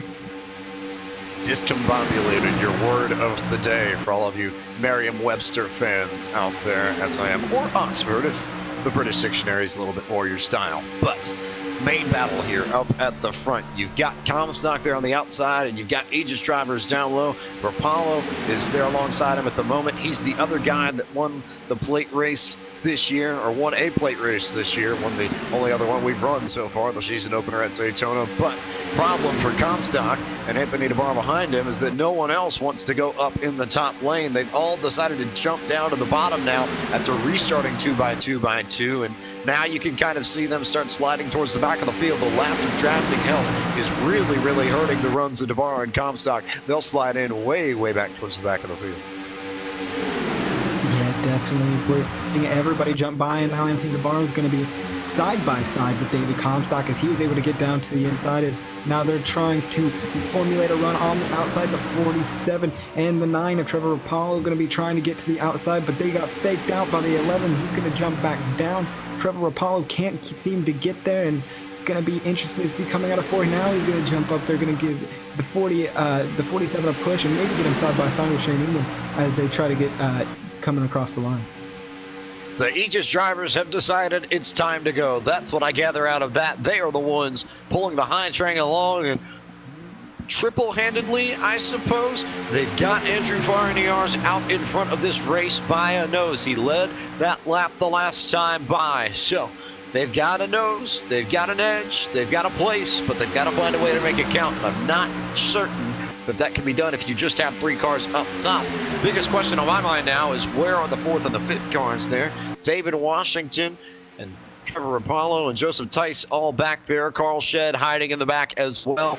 Wonder if they decide that they might want to jump up and join their teammates towards the front of this field. Yeah, and you see the side lane of Farniar's and Rapallo dissipating a little bit. They're going to try to fall back. You see the 11, Dylan C. Jones, their teammate, trying to open up the hole to get them to fall back in. Now Roppolo will do the same for the 47. They'll drop back in, just knock the time, nor the place to do it. They've started a lot of racing to go, and that's what I like to call picking and choosing the moment. They saw that they were going too early and they didn't have any help on the outside, so they're going to get one car to drop back down in, and they're going to get all 3 cars to drop back down in. So great teamwork by the Aegis teammates, trying to formulate a plan, but just a little bit too early, I think. Meanwhile, Anthony DeBarro trying to make something happen up on the top side. He's the next driver to jump up there in his number 96 machine. Not really that much help with him yet, just David Comstock there up top. We've seen those two get hooked up in that second lane a decent amount tonight, but nothing really going for them yet. Most of these drivers still stuck on the bottom. They managed to hold on to their positions, but they're not really making that much headway at the moment towards the front of this field. Yeah, definitely. They're kind of still out there between Mike Kelly and Dylan C. Jones, and now they're going to start falling back just a little bit. You see, now they're going to get the run down the back straightaway like we see so loud. Now Sean Bounty is going to jump up, the 47, and Andrew Farniar's going to jump up as well, leave his Aegis teammates on the bottom. He's going to try to take that run and go to the lead. Coming off of 4, he's going to get a huge shove from the 96 of Anthony DeBarro. Not going to be quite there yet, but they're going to get it down the front straightaway, coming through the tri-oval. Andrew Farniar's leading the charge on the outside lane. He's going to try to get the lap this time by, and he is going to get it over Shane Ewing. He's going to get that lap 65 completed, or lap 64 completed. Now on lap 65, going to try to clear him, and I think he's going to get it down the back straightaway if he can keep this momentum up.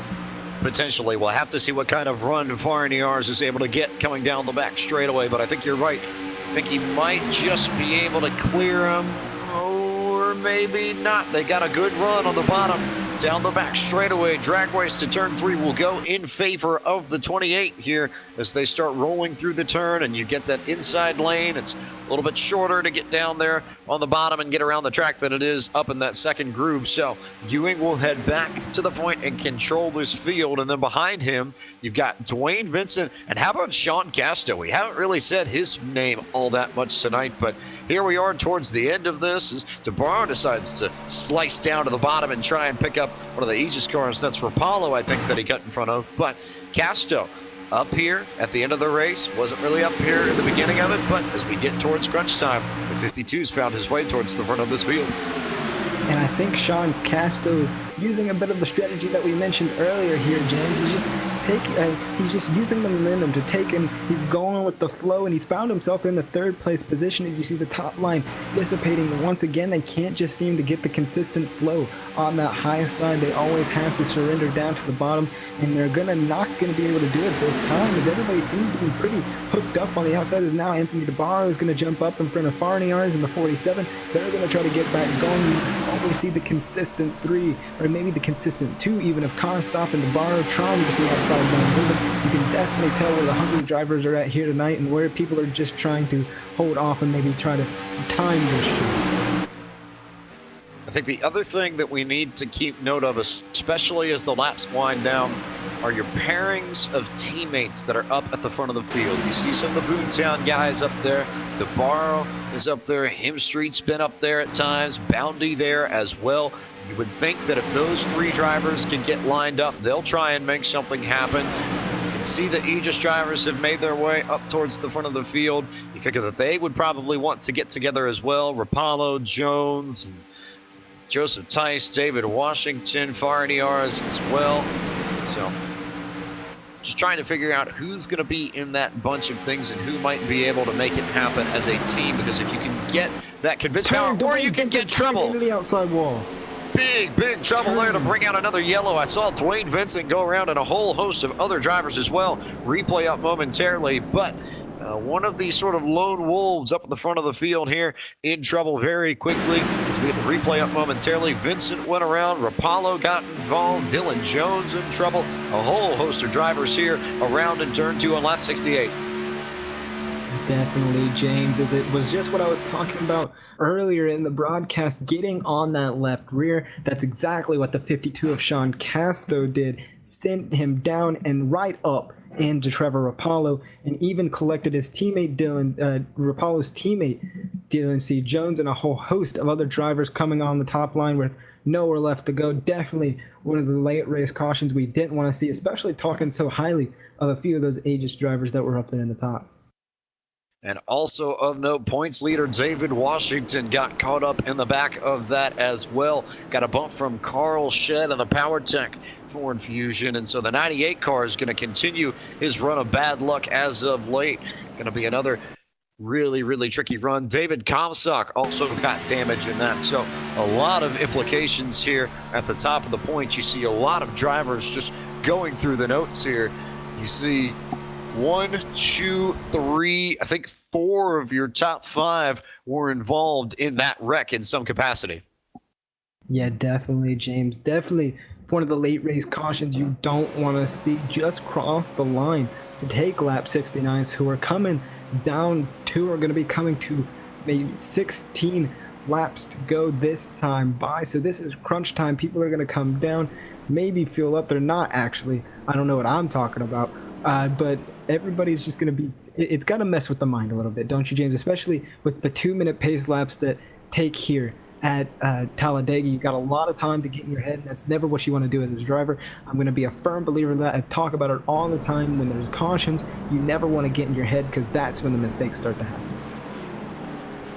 Just looking here at some of the drivers that have been down pit road with a little bit of damage. Sean Boundy with some front end damage on his number 34 Chevrolet.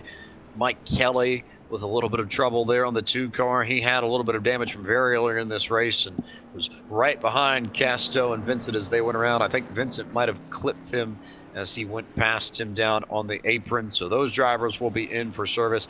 Casto, I don't see any damage on the 52 car, so I think he might have just come down for tires and fuel just to be safe. Might have flat spotted the tires on that 52 car.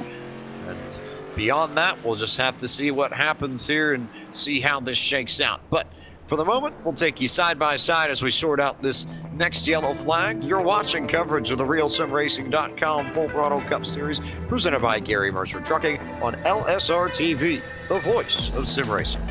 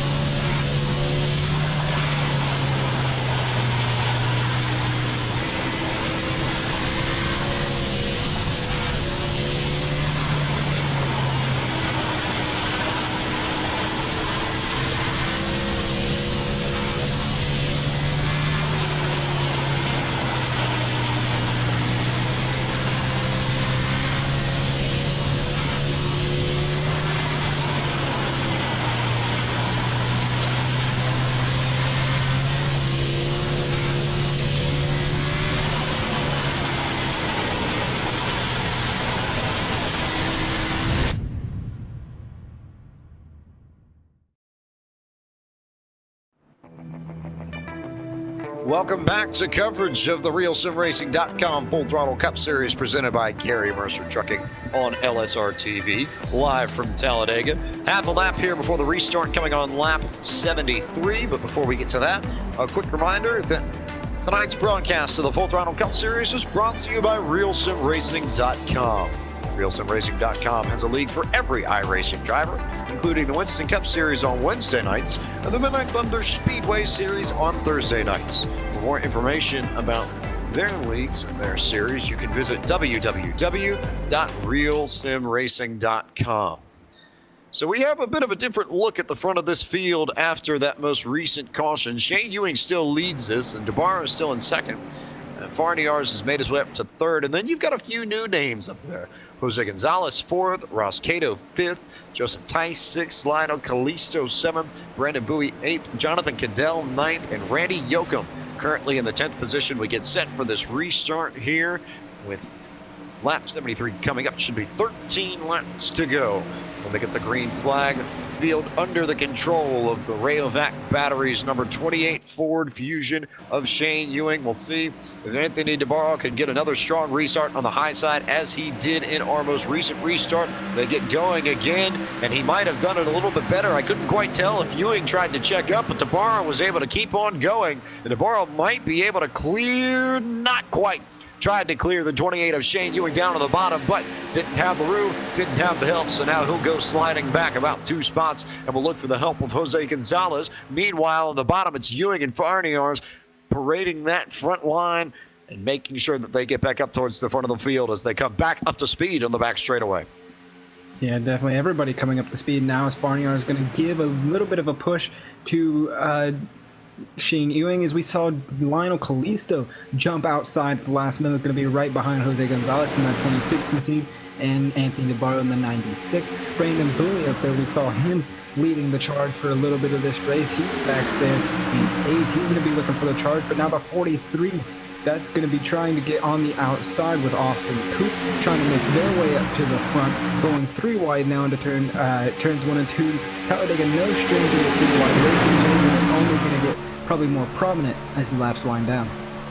Getting close to it here. Crunch time is quickly approaching. You're running out of laps to make something happen, and drivers will inevitably get more aggressive, especially here at Talladega.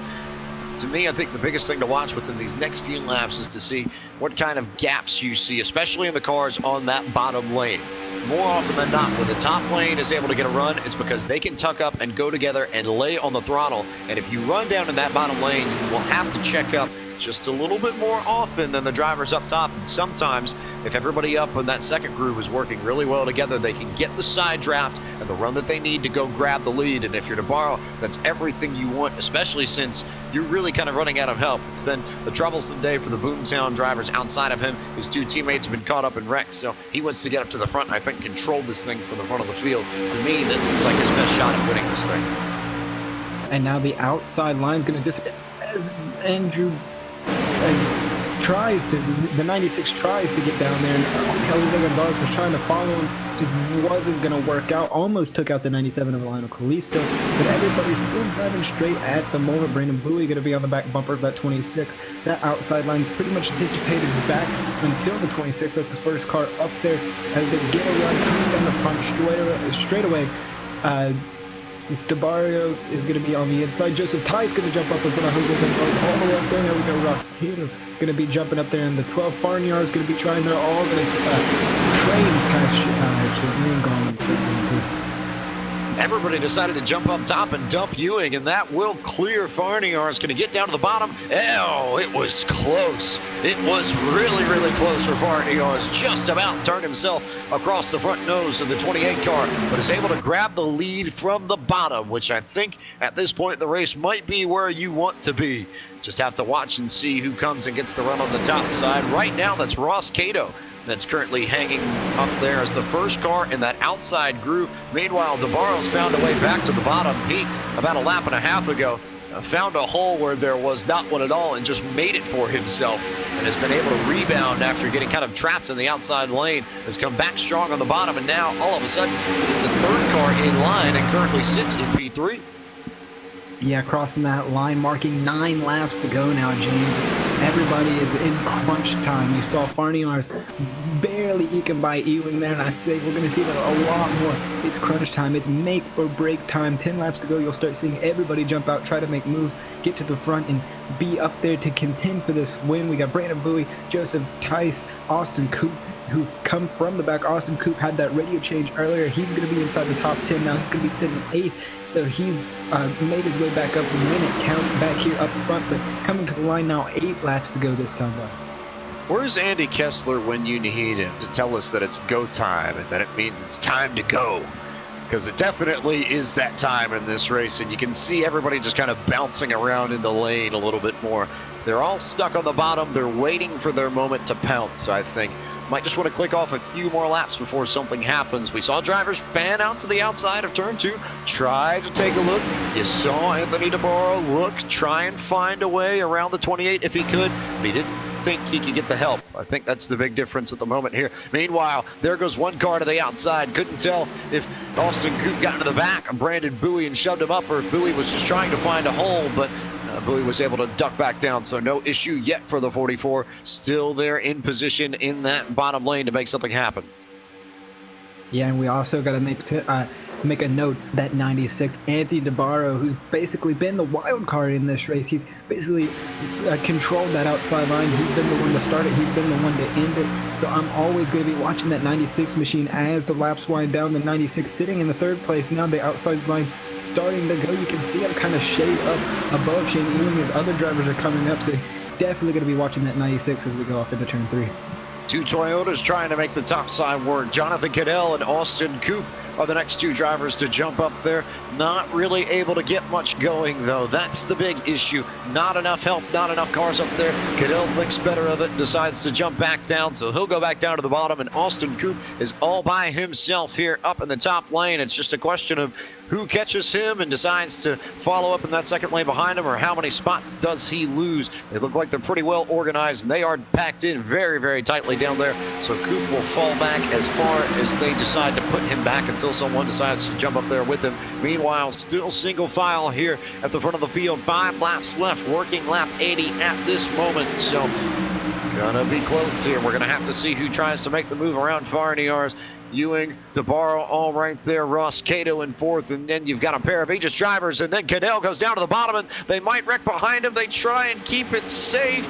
Car spinning. There we go. Now we've got cars around. That should bring out a yellow flag, and it does. Cadell got loose. I think he got a bump on the exit of turn 3. We'll show you the replay momentarily, but looked like someone got into the back of Cadell, and he got turned around ever so slightly, and he tried to save it, but just couldn't quite make it happen, and that should be the end of his night. Yeah, definitely. You see it here going off into turn 3. That's the 38.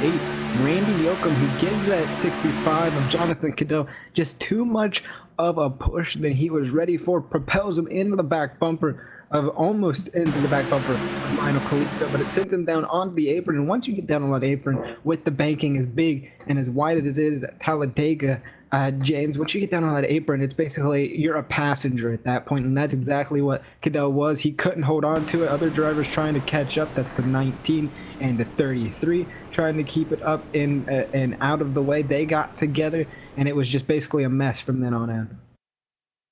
Other drivers involved in this. You saw 38 machine of Randy Yoakum get caught up in this. Sean Capstone, Bruce Ackerman was involved. Saw a little bit of damage from Mike Kelly as well. Eric Arnold also caught up in this. So a lot of drivers towards that back half of the top 10, and I think especially for Casto, it might hurt a little bit more. Doug Roth was also caught up in that, but Casto had been running up towards the front of this field earlier on in this race, and won't end up with a good finish tonight after getting caught up in a late race issue. Yeah, definitely heartbreaking, especially with as late as it is. We are just now crossing the line to take lap 82. So once you put all that hard work and you basically invest about an hour and a half of your time into this race, it's always heartbreaking to see it happen at the last minute. But let's talk about some of these moves we saw under that green flag run, especially from that 47 of Andrew Farniar's, who basically propelled his way up through the front and barely cleared that 28 machine to get that lead before that caution came out. So definitely going to be looking for some of these Aegis drivers that are making their way to the front, like Joseph Tyson and company maybe trying to get up there and work with that 47 machine. I think, I could be wrong, but I think it's going to be really, really interesting to see how these drivers restart, because it looks like we should get the green, but it won't be for more than a lap or two. The restart here is going to be king. And you think of some of the drivers that have been up towards the front that have managed to make that high side work. You think of Tabaro in particular, he won't have control of the outside line. He'll be restarting in third when we get this back going again. But I guess biggest question here is, can Shane Ewing take some of the lessons learned from being back behind those drivers and watching those restarts and make it happen himself? He will have control of that outside lane when we go back to green flag racing, and it might be everything if he can get a good jump off the line and maybe drop ahead of Farniar's if his start is that good. As long as you get hooked really well on this restart, James, it's not hard to get a run going here at Talladega, especially coming off of turn 4 here with that long straightaway and even through the trioval, because if you look at it, the start finish line isn't till the exit of the trioval, so you have a lot of time to make a move. But if Andrew Farniar's gets a good jump, we're probably going to see shades of Ricky Stenhouse Jr., who captured his first Monster Energy Cup win Sunday, all over the track that 47 will be if he gets out there in front. 47 car Farniar's has not won this year, but has been very, very strong in the races that he has run.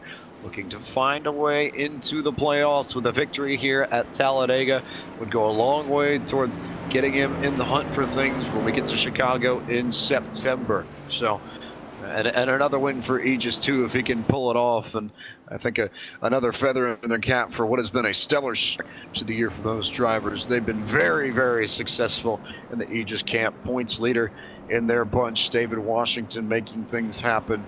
We've also got a few other drivers up there towards the front in points. Dylan Jones is in the top 10 in points. Trevor Apollo up towards the top in points, and they have all won races so far this season. So Farniar is trying to join that group if he can get it done. Yeah, definitely. And I'm going to say on this start, we've seen some give and take here tonight, but this could quite possibly be one of the wildest last laps we've ever seen here in RSR and on LSRTV. I don't think anybody will be able to give an inch. I don't think anybody's going to be able to come off that gas pedal. Everybody's going to keep basically their foot glued to that thing like super glue and just not let them. They'll force their way around if they have to get all the positions they can.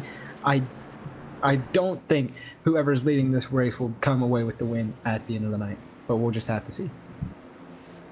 We'll have to watch. We'll have to see. I think the biggest thing if you're Farniar's is just making sure that you hit your blocks well, because I can't imagine you're going to see drivers lift. And we've seen it multiple times in real life and here in the sim, where if you try and block too much, you end up turning yourself across the nose of the car. You think of Brad Keselowski and Carl Edwards at Talladega some 8 years ago now. If you ever wanted to feel old, how about that note?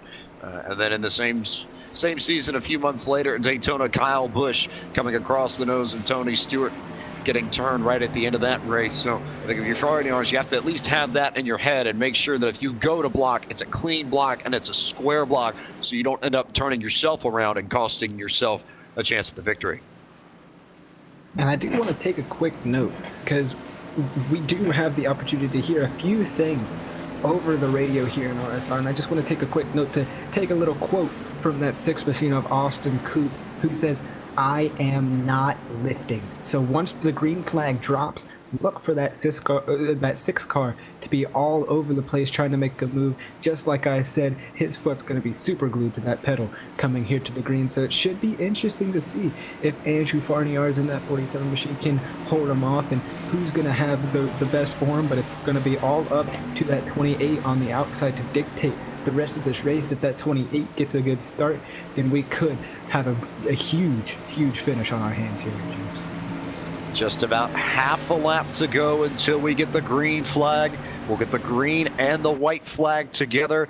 This is your top 10 when they come to the line. Farniars will lead them to the green, will be the control car for this restart. Shane Ewing will be the first car on the outside. Will have the chance to get the jump on Farniars and get a better restart. They have their destiny, for the most part, in their own hands. Then behind them, it's not necessarily in their control, but you have a chance. Anthony DeBarro, Ross Cato, 3rd and 4th. Joseph Tice, Brandon Bowie, 5th and 6th. Austin Coop, aforementioned, in 7th. Jose Gonzalez, 8th. Lionel Calisto, 9th. Nick Silver, 10th. As we get ready for a green and white, and then the checkered. One lap to settle it here at Talladega when they come back around to the start-finish line. They slow it up. Farniars woes the field up, gets ready to go, and off we go, and away we go. White flag here at Talladega. Farniar's got a decent start. Ewing is still there on the quarter panel, but not quite there enough. They'll come up to speed. We'll see if Ewing can get any sort of run. I doubt anyone's going to lift. They come through 1 and 2, and it's clean so far.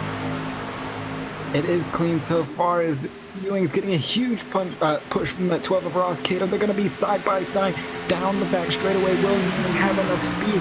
That was probably the best start. The 28 could hope for. Going to be side by side. The 12 is going to get a little bit disconnected. They're going to lose a lot of that momentum coming in 3 and 4 as you see DeBarro pushing the 47 and the 5 of Joseph Tice coming up here. He's going to be looking to make some moves as they're touching off of turn 4.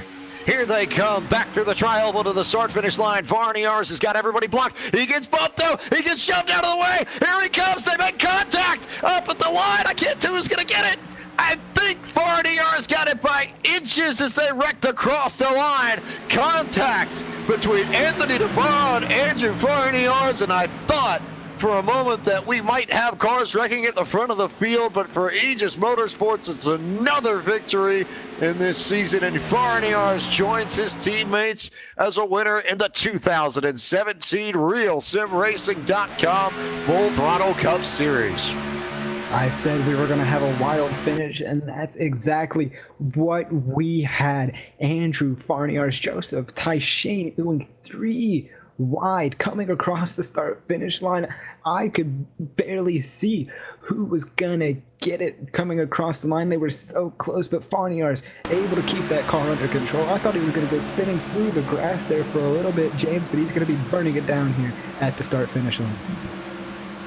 Somehow ended up hip-checking Anthony DeBarro into the wall. DeBarro ended up coming home 9th and all that mess when it was all said and done. But DeBarro goes around the line backwards, but Farniars keeps it straight and finds a way to victory lane. We'll take a moment here to go to one commercial break, and then we'll come back and we'll talk to your top finishers and give you your full field rundown. This is the RealSimRacing.com Full Throttle Cup Series on LSRTV, the voice of sim racing.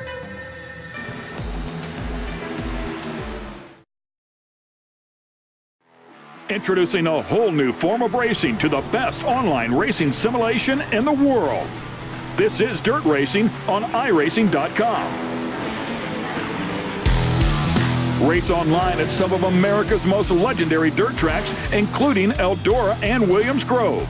iRacing is the premier online racing game featuring NASCAR, IndyCar, sports cars, and now World of Outlaws, the leading sanctioning body for dirt racing. iRacing is easy to use and features a centralized ranking system to make sure you have the best experience at any skill level. With a massive inventory of high-precision laser scan tracks and cars with an unmatched dedication to quality and detail, iRacing gives you the most authentic online racing experience available. Thanks to iRacing's dynamic track system, developed specifically for dirt racing, tracks change over the course of a race, just like your favorite dirt track on a Friday or Saturday night. From a slick racing groove all the way up to the cushion, iRacing's dirt tracks deliver non-stop racing action. Partnered with the World of Outlaws, iRacing is your source for the most authentic dirt racing experience available, featuring 4 brand new tracks and 11 new cars, including street stocks, Legends cars, late models, NASCAR trucks, winged and non-winged sprint cars, with much more on the way. Join the dirt revolution on iRacing.com and start slinging mud today.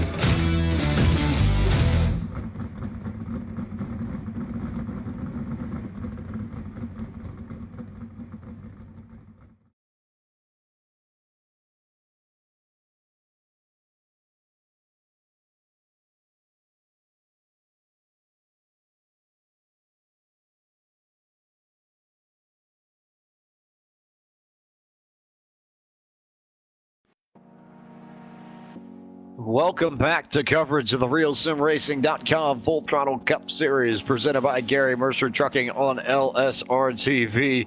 And a wild finish here at Talladega ends the night, and Andrew Farniars comes out on top after some last lap contact with Anthony DeBarro. A very crazy finish, and at this point it's time to go ahead and go through your full field rundown to find out where your favorite driver finished this evening.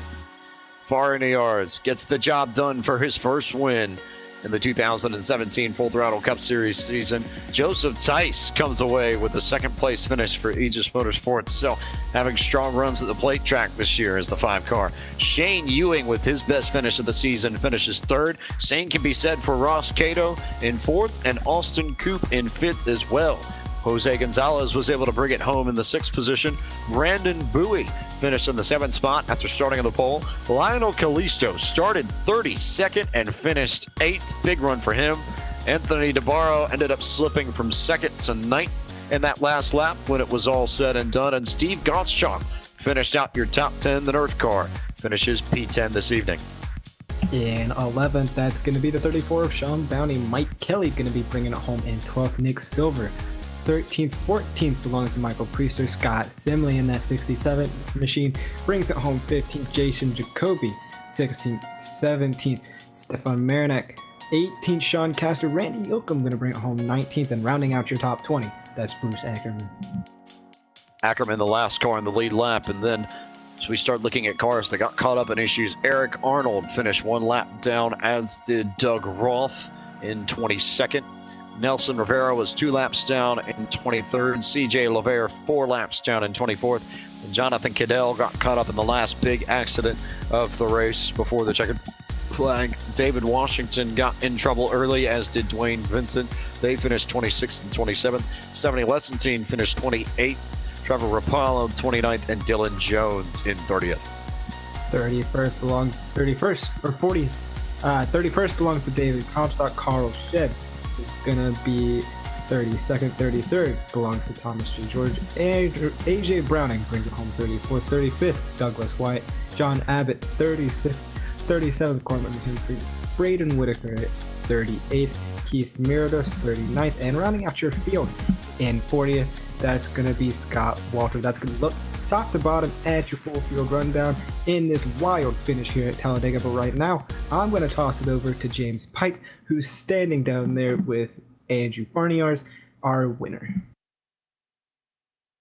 Time to talk to him and see what he thinks of everything that went down. A wild finish at Talladega, and somehow he managed to save it after getting the bump from behind, and then was able to keep it straight and come across the line.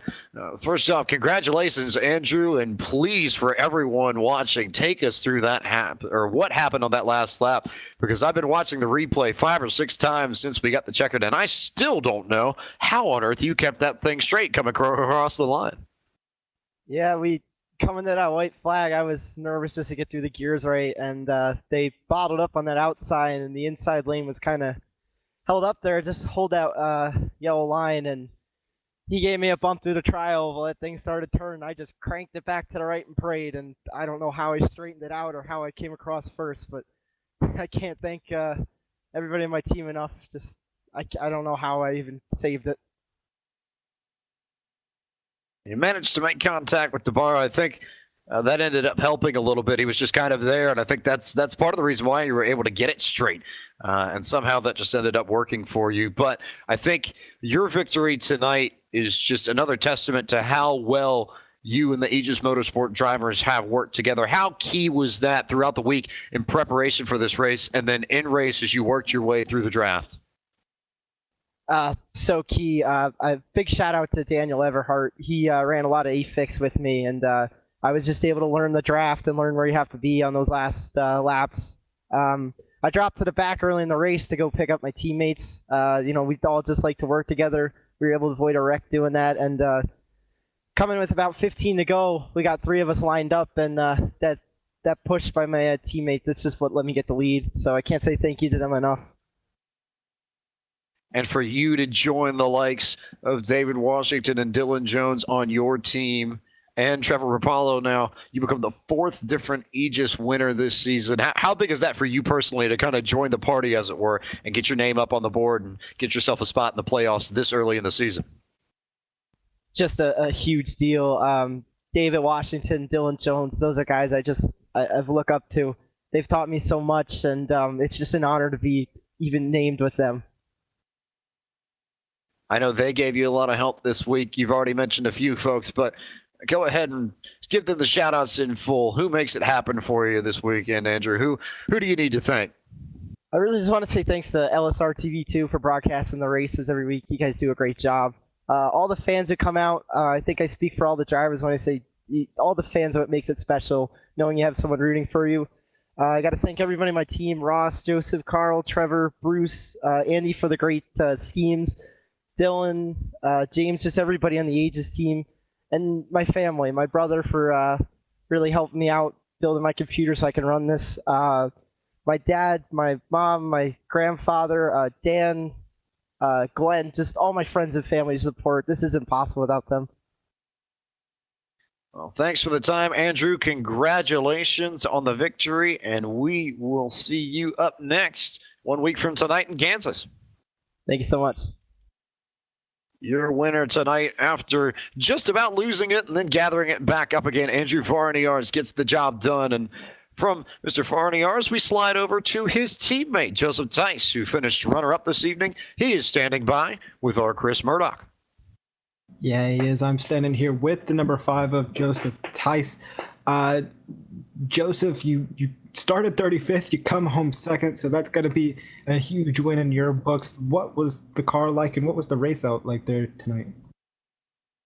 It was a pretty good race. I enjoyed it. You know, we hung back with my teammates there at the beginning, and I think we hung back a little too far there, and I think that caution around mid-race saved us. And then from that point on, it was pressed forward as far as we could get. And, you know, there towards the end, I was seeing the top 5, and I was liking what I was seeing. And, you know, how about that last restart, that last lap? What a wild 3-wide finish coming to the line. Your teammate, Andrew Farniar, is going to be picking up the victory. You come home in second. So that's just 1-2. You know, how does it feel? What was going through your mind when you saw everybody get kind of jumbled up there coming to the Tribal? Well, honestly, when I saw clear track, I got really excited. I saw the 96 go up there and hit Andrew, and Andrew went down, and he came back up. And like I said, at that point, I saw clear track, and I was like, okay, well, I may have this. And then Andrew stayed in it and had enough momentum to get across the line first, so good job for him. But yeah, I'll take a second place. I've had quite the rough stretch of probably 5 or 6 weeks, so I'll definitely take the second place. And speaking of your team, Aegis, you know, you guys have proven to be so dominant here on the super speedways, Daytona and Talladega.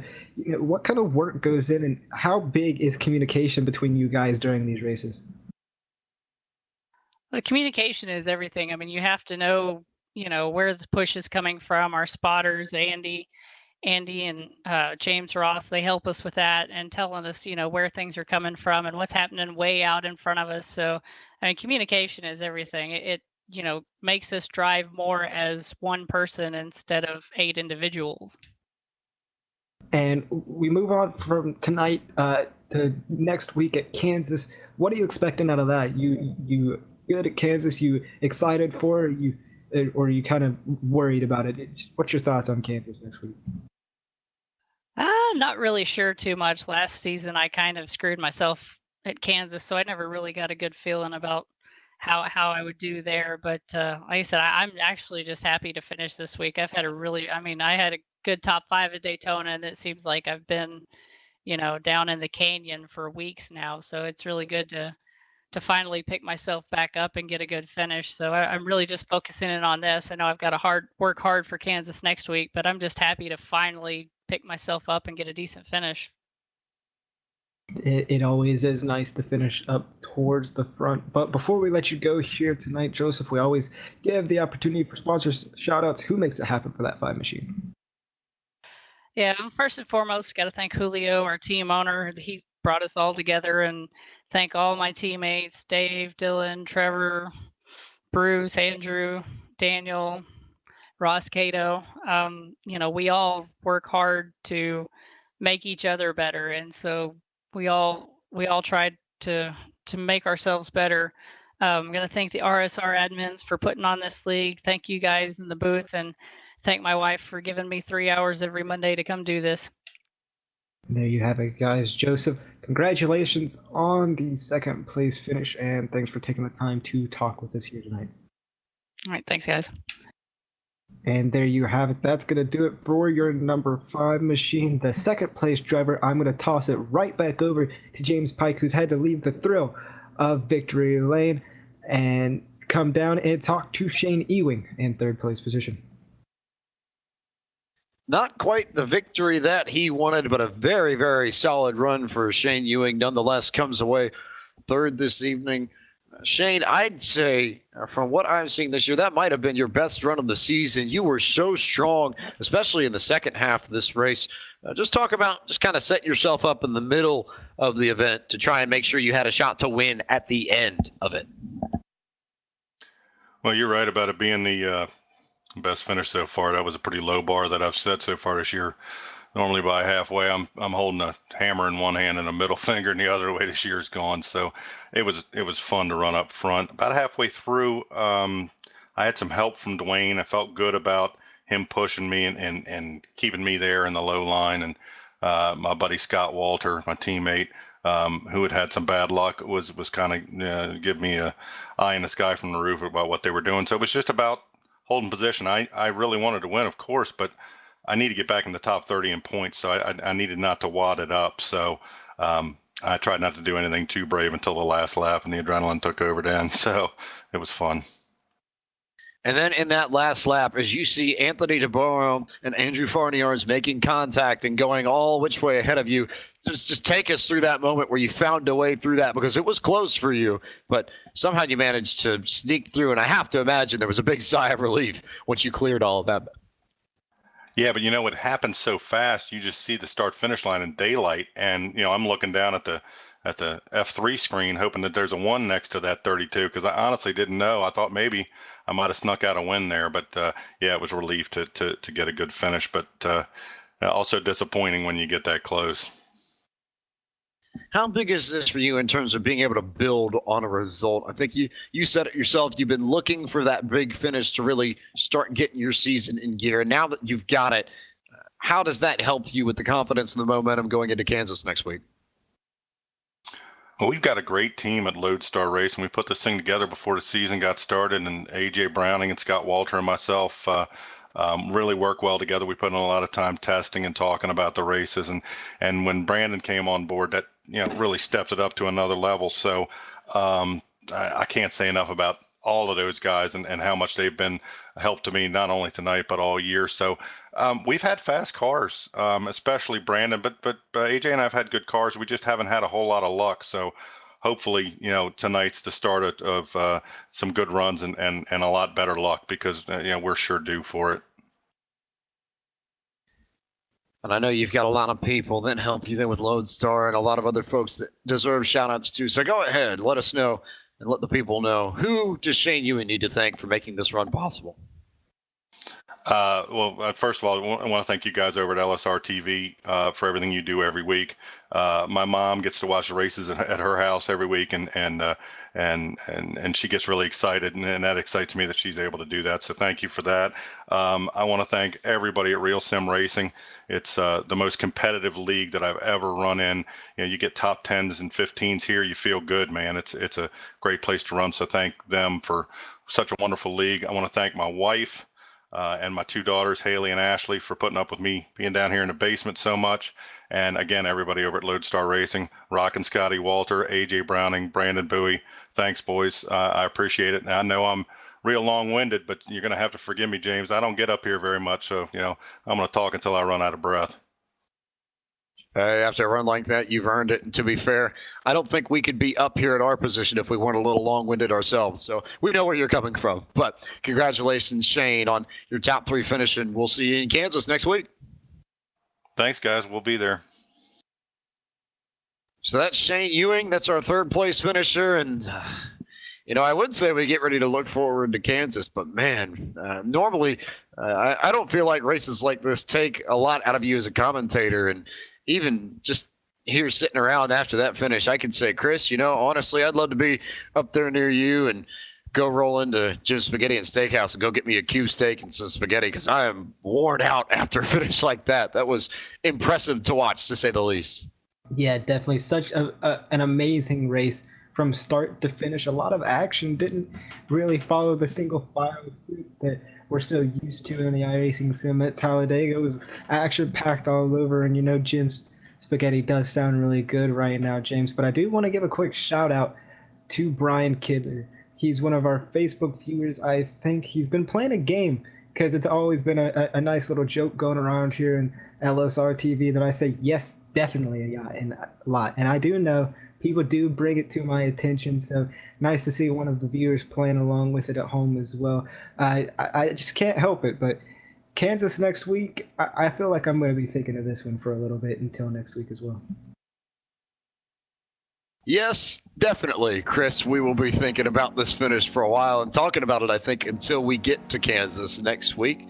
And you can find coverage of that race, same place, same time, 9:30 Eastern Daylight Time here on LSRTV iRacing Live, bringing you all the coverage. And we'll be there from the Sunflower State to bring you all the action from round 11 at Kansas. But that will conclude our coverage for this evening. So, for all of our folks here at LSRTV, for Chris Murdoch up alongside me in the booth, for Cisco Scaramuza down punching all the buttons in the booth, for John Abbott, Chad Cole, and the admins at Real Sim Racing, and for Laura Lawson, Andy Kessler, and Evan Pachoco at LSRTV, I'm James Pike saying thank you for watching tonight's broadcast from Talladega, and we will see you in Kansas next Monday night.